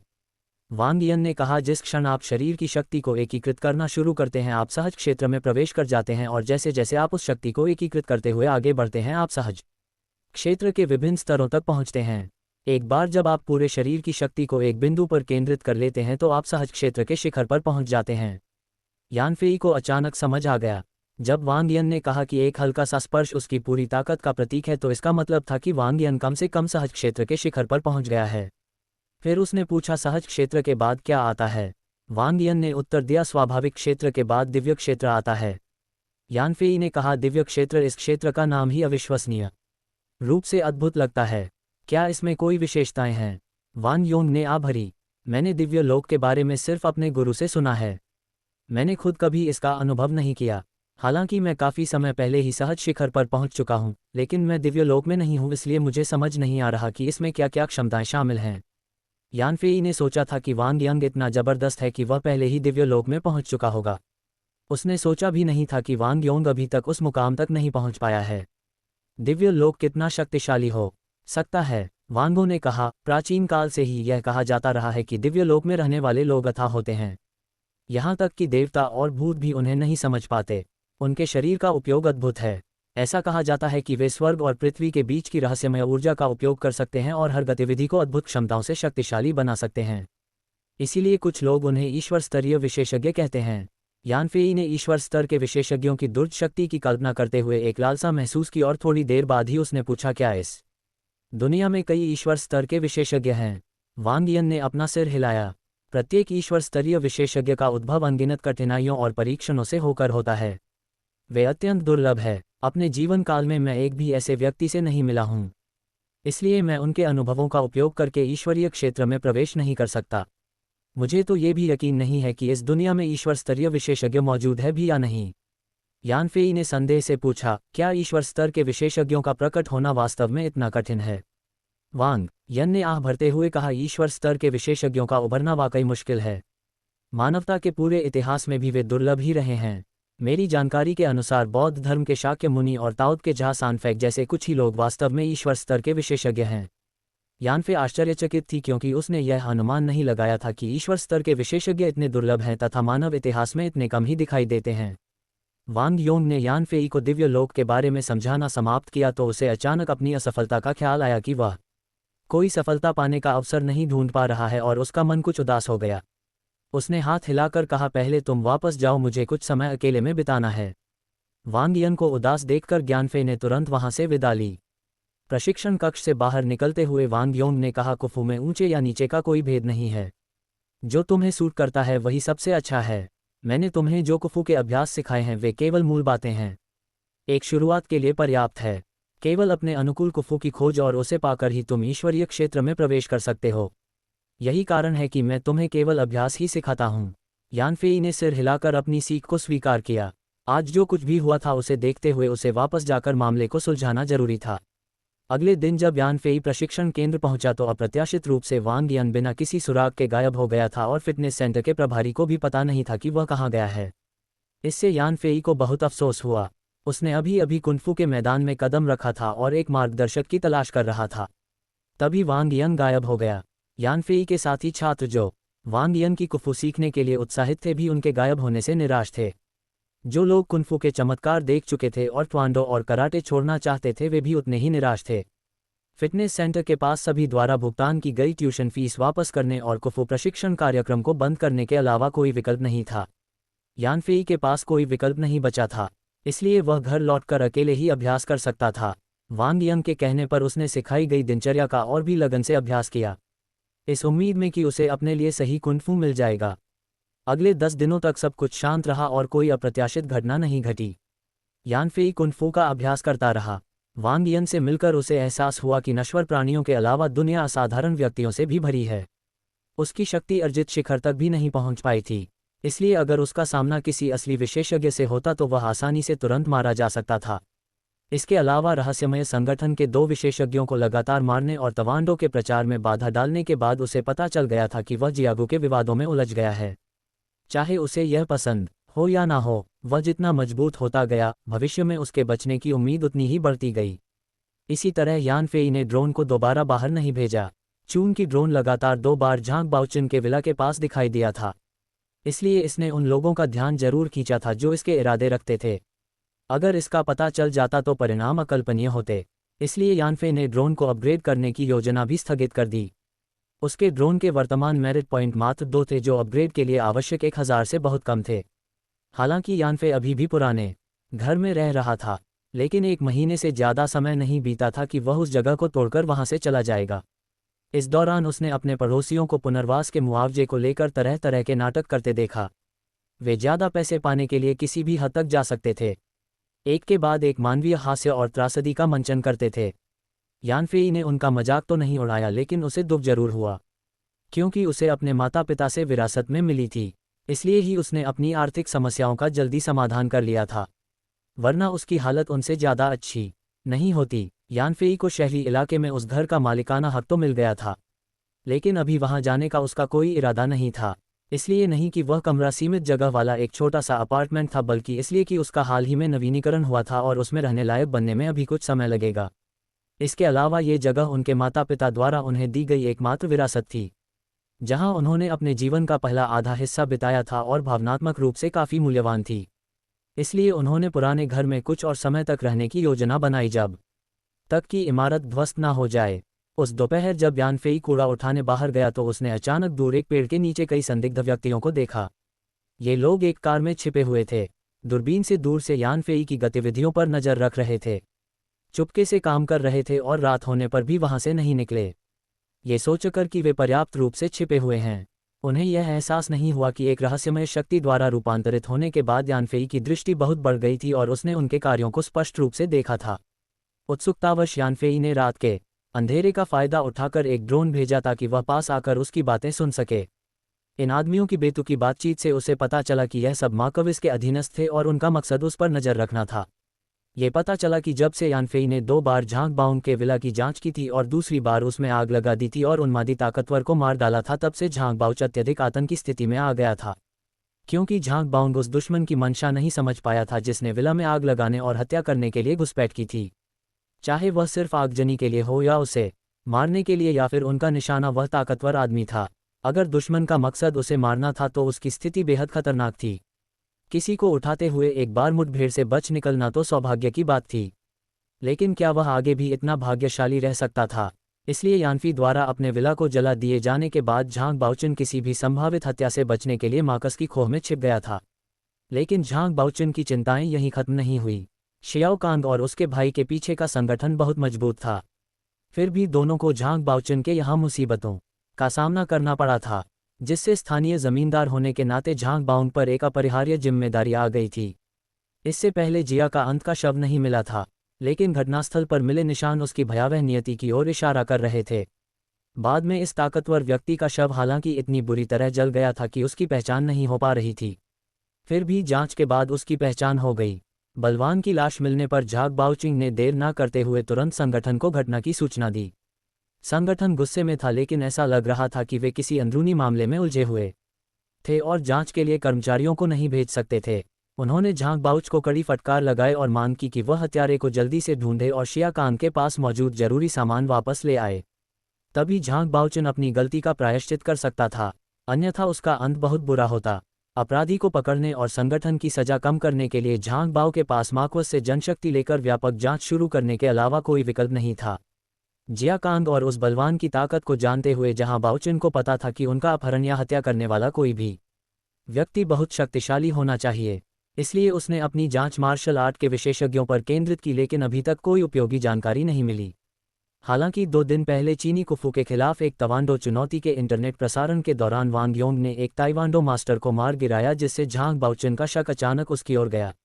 दुर्भाग्य से अगले दिन वांग योंग बिना किसी निशान के गायब हो गया और किसी को पता नहीं चला कि वह कहाँ गया। चकी वांग योंग नहीं मिल रहा था, जहां बाउचिन हताश होकर चक्कर काट रहा था और इसलिए उसने अपना ध्यान वांग यांगन के शिष्य यानफेई पर केंद्रित कर दिया ताकि यानफेई का इस्तेमाल करके वांग यांग को ढूंढ सके। उस दिन यानफेई ने भी तवांडो चुनौती के खिलाफ शानदार प्रदर्शन किया, लेकिन उसके प्रतिद्वंदी की ताकत सीमित थी और यानफेई ने लड़ाई के दौरान कोई खास ताकत नहीं दिखाई। फिर भी वह एक सामान्य व्यक्ति के स्तर के भीतर ही दिखाई दे रहा था, इसलिए झांग बाउचेन को यह शक नहीं था कि यानफेई उस ताकतवर व्यक्ति जैसे महाविशेषज्ञ को मार सकता है। दरअसल यानफेई पहले भी झांग बाउचेन की संदिग्धों की सूची में था, सिर्फ इसलिए नहीं कि झांग बाउचेन ने यानफेई के खिलाफ पहले भी कोई चाल चली थी, इसलिए वह यानफेई को एक संभावित दुश्मन मानता था जो उससे मुसीबत मोल ले सकता था, बल्कि इसलिए भी कि जिया कांत के लापता होने की जगह पर पीछे छोड़े गए खून से सने कपड़ों के टुकड़े यानफेई द्वारा पहले पहने गए एक कपड़े से संबंधित थे और यहाँ तक कि यानफेई की मिनीवन भी पास में ही देखी गई थी। इसलिए जहाँ बाउचिंग ने यानफेई की पूरी जांच की लेकिन उसे ये देखकर हैरानी हुई कि यान फेई को कपड़ों के टुकड़ों में गड़बड़ी का पता चल गया था और उसने सबूत मिटाने के बाद जानबूझकर सार्वजनिक रूप से वही कपड़े पहने। इससे झांग बाओचेन के आदमियों को उसकी साफ तस्वीरें लेने का मौका मिल गया। जब उन्होंने यान फेई को वही कपड़े पहने पाया तो झांग बाओचेन हिचकिचाने लगा। झांग बाओचेन को यह नहीं पता था कि यान फेई के पास दो ऐसे वस्त्र थे। पहला जीवन मरण के संघर्ष के दौरान चितड़ों में बदल जाने के बाद नष्ट कर दिया गया था और जो यान फेई ने अब पहना था वह दूसरा था। हालांकि झांग बाओचेन कुछ हिचकिचा रहे थे, फिर भी उन्होंने यान फेई को संदिग्ध मानने से इनकार नहीं किया था। उन्होंने विला में आग लगने वाली शाम को यान फेई के ठिकाने की जांच शुरू की और यह जानकर हैरान रह गए कि विध्वंस का मुआवजा पाकर खुश होकर यान फेई ने स्नानागार में जाकर स्नान किया था और रात भर परिसर से बाहर नहीं निकले बल्कि एक लड़की से अपने पैर धुलवाए थे। अगले दिन वह पूरी तरह से स्वस्थ थे और उनके शरीर पर कोई असामान्य निशान नहीं थे। वे यान फेई की गतिविधियों का इतना बारीकी से ब्यौरा इसलिए दे पाए क्योंकि स्नानागार माकविस का था। वे निगरानी वीडियो देख सकते थे और यान फेई की सेवा करने वाले फुट मसाज थेरेपिस्ट से पूछताछ कर सकते थे, इसलिए उन्हें उसके आने जाने की पूरी जानकारी थी। लेकिन उन्हें यह नहीं पता था कि यान फेई ने इंटरनेट पर मार्कस के स्थानों के बारे में खोजबीन करने के बाद जानबूझकर मार्कस के स्नानागार का दौरा किया था क्योंकि वह जानता था कि वह मार्कस का है। उसका मकसद उनके घर तक सबूत पहुंचाना और खुद पर लगे संदेह को दूर करना था। झांग बाओचेन को इस बात का अंदाजा नहीं था कि किसी ने उसके विला में आग क्यों लगाई थी, इसलिए वह ये भूल गया कि आग ने तहखाने में जमा सबूतों को नष्ट कर दिया था। इस महत्वपूर्ण जानकारी के अभाव में ही झांग बाओचेन असली अपराधी को पकड़ने का एकमात्र मौका चूक गया और उसने गलती से यान फेई का नाम संदिग्धों की सूची से हटा दिया। उस समय वांग योंग और तवांडो मास्टर के बीच झगड़ा हुआ और झांग बाच ने तुरंत अपना ध्यान वांग योंग पर केंद्रित कर दिया, उसे मुख्य संदिग्ध मानते हुए। हालांकि अगले दिन वांग योंग अचानक गायब हो गया और कोई भी उसे ढूंढ नहीं पाया। इधर उधर भटकने के बाद झांग बाओचिंग ने एक बार फिर अपना ध्यान यानफी पर केंद्रित किया। इस बार एक संदिग्ध के रूप में नहीं बल्कि वांग यन का पता लगाने के लिए उसका इस्तेमाल करने के लिए यानफेई पर नज़र रखने वाले ये धूर्त लोग मार्कस के आदमी थे। उनका लक्ष्य यानफेई पर नज़र रखना और फिर उसके जरिए अचानक गायब हुए वांगियों तक पहुंचना था। यानफेई को झांग बाओचिंग की मुश्किलों के बारे में पूरी तरह से समझ नहीं थी क्योंकि झांग बाओचिंग और उस रहस्यमयी संगठन के बीच का रिश्ता बेहद गोपनीय था जिसे कोई भी आसानी से नहीं जान सकता था। हालांकि यानफेई उन नौकरों की बातचीत से जो उस पर नज़र रख रहे थे कुछ निष्कर्ष निकालने में कामयाब रहा और वह भी काफ़ी सटीक। यानफेई को नहीं पता था कि झांग बाउच उसके साथ आगे क्या करने वाला है और ना ही वह जानना चाहता था क्योंकि वह उस समय बेहद गुस्से में था। झांग बाउचन ने उससे बार बार मुकाबला किया था और यानफेई का धैर्य जवाब दे चुका था। वह वज्र की तरह प्रहार करने और झांग बाउचन को पूरी तरह से खत्म करने के लिए तैयार था, जिससे सबसे बड़ा छिपा हुआ खतरा खत्म हो गया। सिर्फ बचाव से समस्या का समाधान नहीं हो सकता था। यानफेई ने उन कुछ लोगों को परेशान नहीं किया जो उसका पीछा कर रहे थे जिससे वे अपनी निगरानी जारी रख सके। रात के 10 बजे बजने के बाद वे लोग आखिरकार और नहीं रुक सके और गाड़ी चलाकर चले गए। निगरानी जारी रखने के लिए सिर्फ 2 प्यादे ही रह गए। मौके का फायदा उठाते हुए यानफेई का ड्रोन अवतार तेजी से उड़ान भर गया और चुपचाप उनका पीछा करते हुए शहर से बाहर निकल गया। पिछले 2 मौकों पर अपनी जान बचाने के लिए संघर्ष के भयानक अनुभवों के बाद यानफेई अपनी पूरी ताकत विकसित होने से पहले दूसरों के इलाके में यूं ही घुसने की हिम्मत नहीं जुटा पाया, क्योंकि उसे यकीन नहीं था कि दूसरों के इलाके में कोई सुपर एक्सपर्ट है जो उसकी जान को खतरा बन सकता है। इसलिए यानफेई ने ड्रोन को दूर से ही पीछा करने के लिए तैनात कर दिया। ट्रैकिंग के दौरान यानफेई ने ड्रोन को यथासंभव इमारतों की दीवारों के करीब रखने की कोशिश की तथा ऊंचाई पर उड़ान भरने की हिम्मत नहीं की ताकि निगरानी कैमरों द्वारा पकड़े जाने की संभावना कम हो सके। ड्रोन तेजी से और बिना किसी की नज़र में आए उड़ता हुआ गाड़ी का पीछा करते हुए उपनगर में एक खाली पड़े गोदाम तक पहुंच गया। यानफेई को राहत इस बात से मिली कि जज्र गोदाम की दूरी उसकी नियंत्रण सीमा से 10 किलोमीटर से ज़्यादा नहीं थी और वह घर से ही ड्रोन का संचालन जारी रख सकता था। जैसे ही ड्रोन आकाश में ऊपर उठा, उसका HD कैमरा 360 डिग्री घूम गया जिससे यानफेई को पुराने गोदाम की स्थिति पर व्यापक नज़र रखने का मौका मिला। गोदाम के बीचों बीच एक बड़ा पार्किंग स्थल था जिसमें दर्जनों तरह की गाड़ियां खड़ी थी, जिनके चारों ओर टैटू वाले गिरोह के 100 से ज़्यादा सदस्य बेफिक्री से सिगरेट पी रहे थे और बातें कर रहे थे। बाहर और भी गाड़ियां आती रही और गिरोह के और सदस्य उतरते और बेबाक बातें करते रहे। यानफेई को एहसास हुआ, उसे शक था कि शायद वह अनजाने में ही उनकी खो में पहुंच गया होगा। एक पल के लिए आसपास का नज़ारा देखने के बाद ड्रोन तेजी से आगे बढ़ा और बिजली की तरह गोदाम की छत के नीचे की परछाइयों में उड़ गया। पूरी प्रक्रिया खामोश और तेज थी, बिल्कुल किसी का ध्यान नहीं गया। छत के नीचे की छाया में छिपकर ड्रोन ने गोदाम के अंदरूनी हिस्से का निरीक्षण किया। अंदर गिरोह के सदस्यों की संख्या 200 से ज़्यादा हो गई थी। वे अव्यवस्थित ढंग से तैनात दिख रहे थे। फिर भी उन्होंने केवल परिधि को घेरा हुआ था और बीच वाले कमरे में कोई नहीं आया। हालांकि गिरोह के सदस्य आराम से बातें करते दिख रहे थे, फिर भी वे अनजाने में अपनी पीठ के बल बीच वाले ढांचे की रखवाली कर रहे थे, जिससे उनके लिए उसका महत्व जाहिर हो रहा था। गिरोह के सदस्यों में से यान फेई ने दूसरे जी को देखा। वह हट्टाकट्टा आदमी जो अक्सर झांग बाओचुन के करीब रहता था और अपने आसपास के कुछ कनिष्ठ गिरोह सदस्यों के साथ हंसी मजाक करता रहता था, ड्रोन छज्जे के नीचे केंद्रीय कक्ष से लगभग 50-60 मीटर की दूरी पर छिपा हुआ था। सामान्य परिस्थितियों में यानफेई उस कमरे के अंदर क्या हो रहा था यह नहीं देख पाता। हालांकि यानफेई चिंतित नहीं था। एक विचार के साथ ड्रोन ऊपर नीचे बाएं दाएं घूमने लगा, लगातार कैमरे का कोण और फोकस समायोजित करता रहा। फिर कमरे में एक छोटे से छेद से झांककर उसने अंदर हो रही गतिविधियों पर एक नज़र डाली। ड्रोन की शक्तिशाली ऑप्टिकल तकनीक और एचडी कैमरे की ध्वनि संग्रहण क्षमता के सामने कमरे की दीवारें व्यवहारिक रूप से अस्तित्वहीन थी और अंदर की हर चीज़ यानफेई के सामने नंगी थी। कमरा काफ़ी बड़ा था। बीच में सिर्फ एक मेज थी जिसके बगल में 2 लोग बैठे थे। एक तो झांग बाओचेंग था और दूसरा एक हट्टाकट्टा बूढ़ा आदमी था जिसके चेहरे पर एक जख्म का निशान था। झांग बाओंग उस प्रभावशाली बुजुर्ग के सामने आदरपूर्वक खड़ा था। दोनों बातचीत कर रहे थे। तभी यानफेई को एक विचार आया, ड्रोन को नियंत्रित करके उसके स्टोरेज कार्ड को सक्रिय किया जाए और उनकी बातचीत को वास्तविक समय में रिकॉर्ड करना शुरू किया जाए। FREWEBL.com कमरे के अंदर झांग बाओचुन ने जख्मी चेहरे वाले बुजुर्ग से कहा, मार्कस स्थिति जैसी है, अब आपके लिए निर्णय लेने का समय आ गया है। तभी यानफेई को एहसास हुआ कि जख्मों वाले चेहरे वाला वह बुजुर्ग मार्कस ही था जो उसे परेशान कर रहा था। हालांकि मार्कस के चेहरे पर एक जख्म था, लेकिन उसकी सतर्क निगाहें एक दमनकारी एहसास पैदा कर रही थी जो फिल्मों और टेलीविजन में दिखाए जाने वाले मार्कस के वैभव जैसा था। मार्कस बिना कुछ बोले मेज पर अपनी उंगलियां थपथपा रहा था। जैसे ही झांग बाओचुन चिंतित हुआ और बोलने ही वाला था, मार्कस ने आखिरकार कहा, बाओचुन, मेरे मन में हमेशा से एक सवाल था। जब हम शंघाई में इतने बेफिक्र और ताकतवर थे तब तुम अचानक नौकरी छोड़कर उस संगठन में क्यों शामिल हो गए? झांग बाओच ने व्यंग्यात्मक मुस्कान के साथ उत्तर दिया, मार्कस, मुझे आपके मजाक का पात्र बनने से कोई डर नहीं है। मैं कुछ निजी मामलों के सिलसिले में विदेश में था और मैं दूसरे पक्ष द्वारा बिछाए गए एक जाल में फंस गया। उनके बहकावे में आकर मैंने कुछ बुरे काम किए जो उजागर नहीं हो सके। फिर उन्होंने मुझ पर यह बात थोप दी और उनके दबाव में मेरे पास उनके साथ मिलकर उनके लिए काम करने के अलावा कोई विकल्प नहीं बचा। मार्कस ने पूछा, क्या आप उनके आदेश पर मुझे मनाने आए हैं? झांग बाओचुन ने जवाब दिया, वास्तव में मैं आपको भर्ती करने के लिए उनके आदेश पर यहाँ हूँ। उम्मीद है कि आप भी संगठन में शामिल होंगे।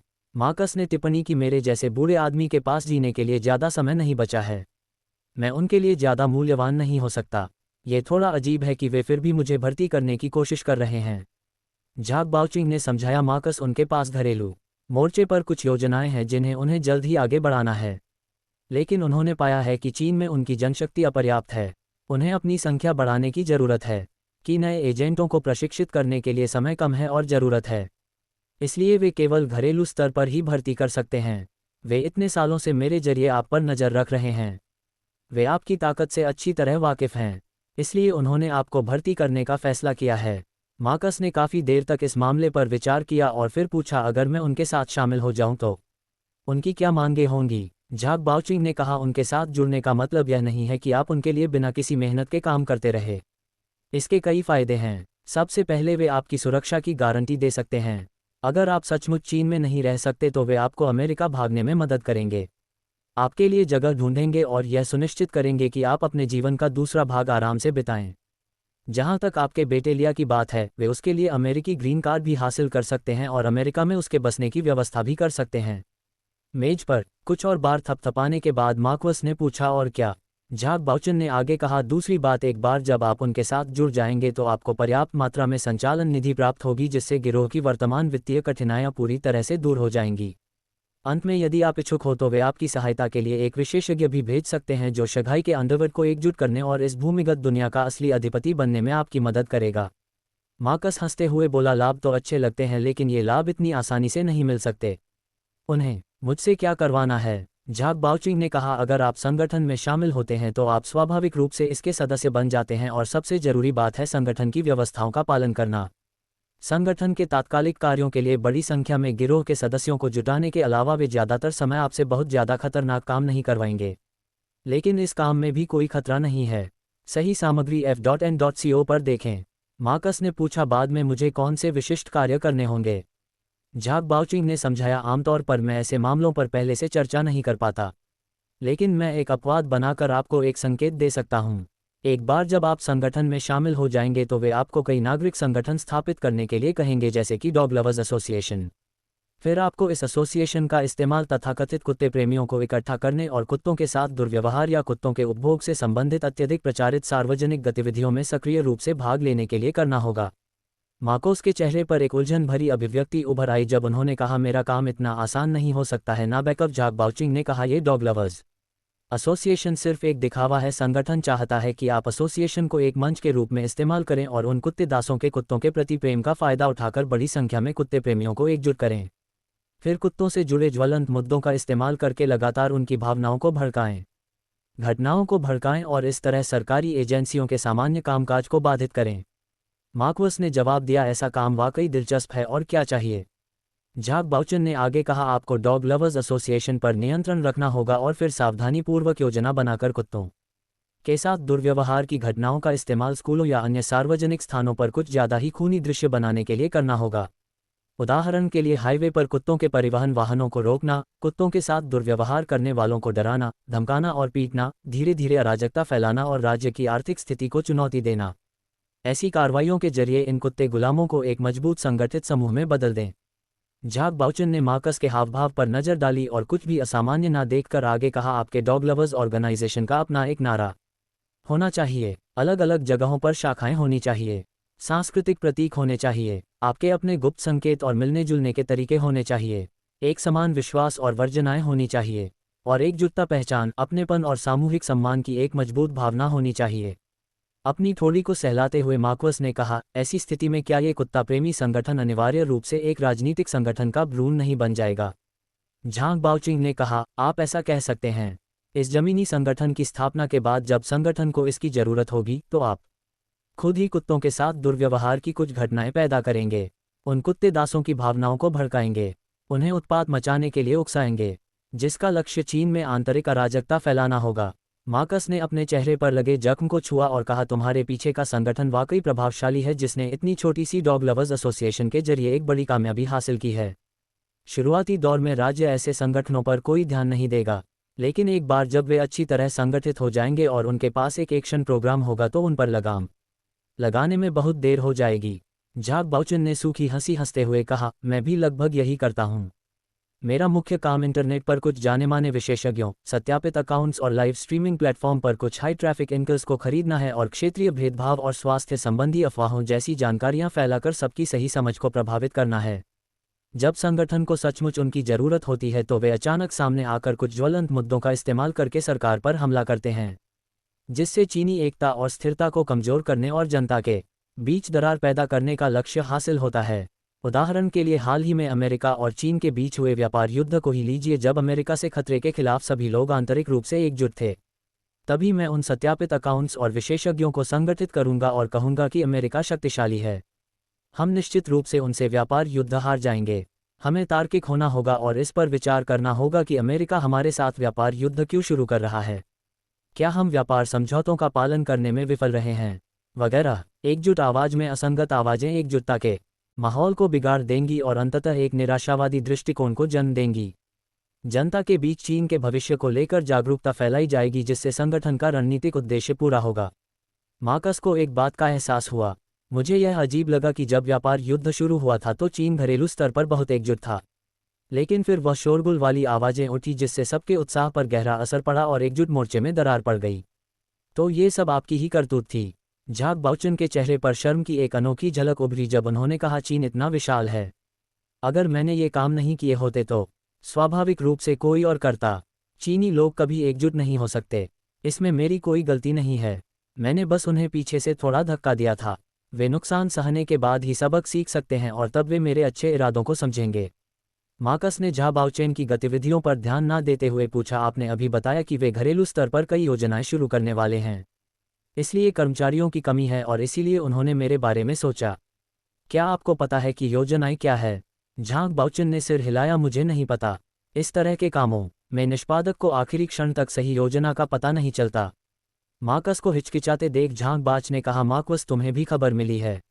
राज्य अपराध पर नकेल कस रहा है, इसलिए तुम्हें एक उदाहरण के तौर पर पेश करने के लिए शघाया एक विनाशकारी प्रहार करने वाला है। हालांकि तुम्हारे पिछले कार्यों ने राज्य के पास जद करने लायक कोई ठोस सबूत नहीं छोड़ा है, लेकिन इतने सारे अधीनस्थों के साथ इस बात की कोई गारंटी नहीं है कि कोई तुम्हें धोखा नहीं देगा। एक बार तुम्हारा आपराधिक सबूत किसी के हाथ लग गया तो तुम्हारी जिंदगी खत्म। मार्कस के चेहरे पर गुस्से का भाव था। जाहिर था कि उसके पास भी अपने सूत्र थे जो जानते थे कि वह सरकारी कार्रवाई से बच नहीं पाएगा और उसके आदमियों में कुछ गुप्त तत्व भी हैं। उसने पूछा, सरकार की कार्रवाई का सामना करते हुए क्या आपके संगठन के पास इससे निपटने का कोई रास्ता है? झांग बांग मुस्कुराए, आप संगठन में शामिल नहीं हुए हैं, इसलिए आपको नहीं पता कि यह कितना शक्तिशाली है। एक बार जब आप इसमें शामिल हो जाते हैं और अगर आपको गिरफ्तार कर लिया जाता है तो संयुक्त राष्ट्र स्तर पर मानवाधिकार सेनानी आपके लिए आवाज उठाएंगे। वे सही और गलत को तोड़ मरोड़ कर पेश करेंगे। आपको एक पश्चिमी समर्थक लोकतंत्रवादी के रूप में पेश करेंगे। गंभीर मानवाधिकार उल्लंघनों का आरोप लगाकर राज्य पर दबाव डालेंगे। संयुक्त राष्ट्र में इस मुद्दे को तूल देंगे, इसे दुनिया के सामने लाएंगे और फिर राज्य को आपको रिहा करने के लिए मजबूर करेंगे। इस तरह मानवाधिकार सेनानी आपको बचा सकते हैं। जैसे ही आप बाहर आएंगे आपको मानवाधिकार सेनानी का तनख्वाह दे दिया जाएगा। उसके बाद आपको अपने अतीत की चिंता करने की जरूरत नहीं है। आप पूरी तरह सुरक्षित हैं। मार्कोस ने अपने कर्मों पर विचार करते हुए अचानक एक लंबी सांस छोड़ी। ठीक है, अगर राज्य मेरे खिलाफ कार्रवाई करना चाहता है और कोई रास्ता नहीं छोड़ रहा है तो मैं पकड़े जाने का इंतजार नहीं कर सकता। जब तक आपका संगठन अपने वादों को पूरा करता है, मेरी सुरक्षा सुनिश्चित करता है और लियांग को संयुक्त राज्य अमेरिका पहुंचाता है, मैं इसमें शामिल होने के लिए सहमत हूं। मार्कस को शामिल होने के लिए राजी होते देख झंग बाओचिंग ने तुरंत खुशी जताई। मार्कस, निश्चिंत रहिए, मेरे पीछे जो संगठन है वह बहुत शक्तिशाली है। वे कभी अपने वादे से पीछे नहीं हटे। एक बार आप भी इसमें शामिल हो जाएंगे तो आपको उनकी ताकत दिखाई देगी। अब जबकि मार्कोस ने रहस्यमय संगठन में शामिल होने का फैसला कर लिया था, उसके विचारों ने एक और क्रांतिकारी मोड़ ले लिया। बाओचेन, अब जब मैं संगठन में शामिल हो रहा हूं तो स्वाभाविक रूप से मैं खाली हाथ नहीं आ सकता। क्या मेरे पास कोई ऐसा तरीका है जिससे मैं कोई सार्थक संकेत दे सकूं? तो दोस्तों, आज के इस रोमांचक सफ़र में बस इतना ही। अगर आपको फैंटेसी नाइट का ये वीडियो पसंद आया तो इसे लाइक करना और अपने साथी शूरवीरों के साथ शेयर करना न भूलें। अगली बार फिर मिलेंगे एक नई कहानी और एक नए रोमांच के साथ। तब तक के लिए अलविदा।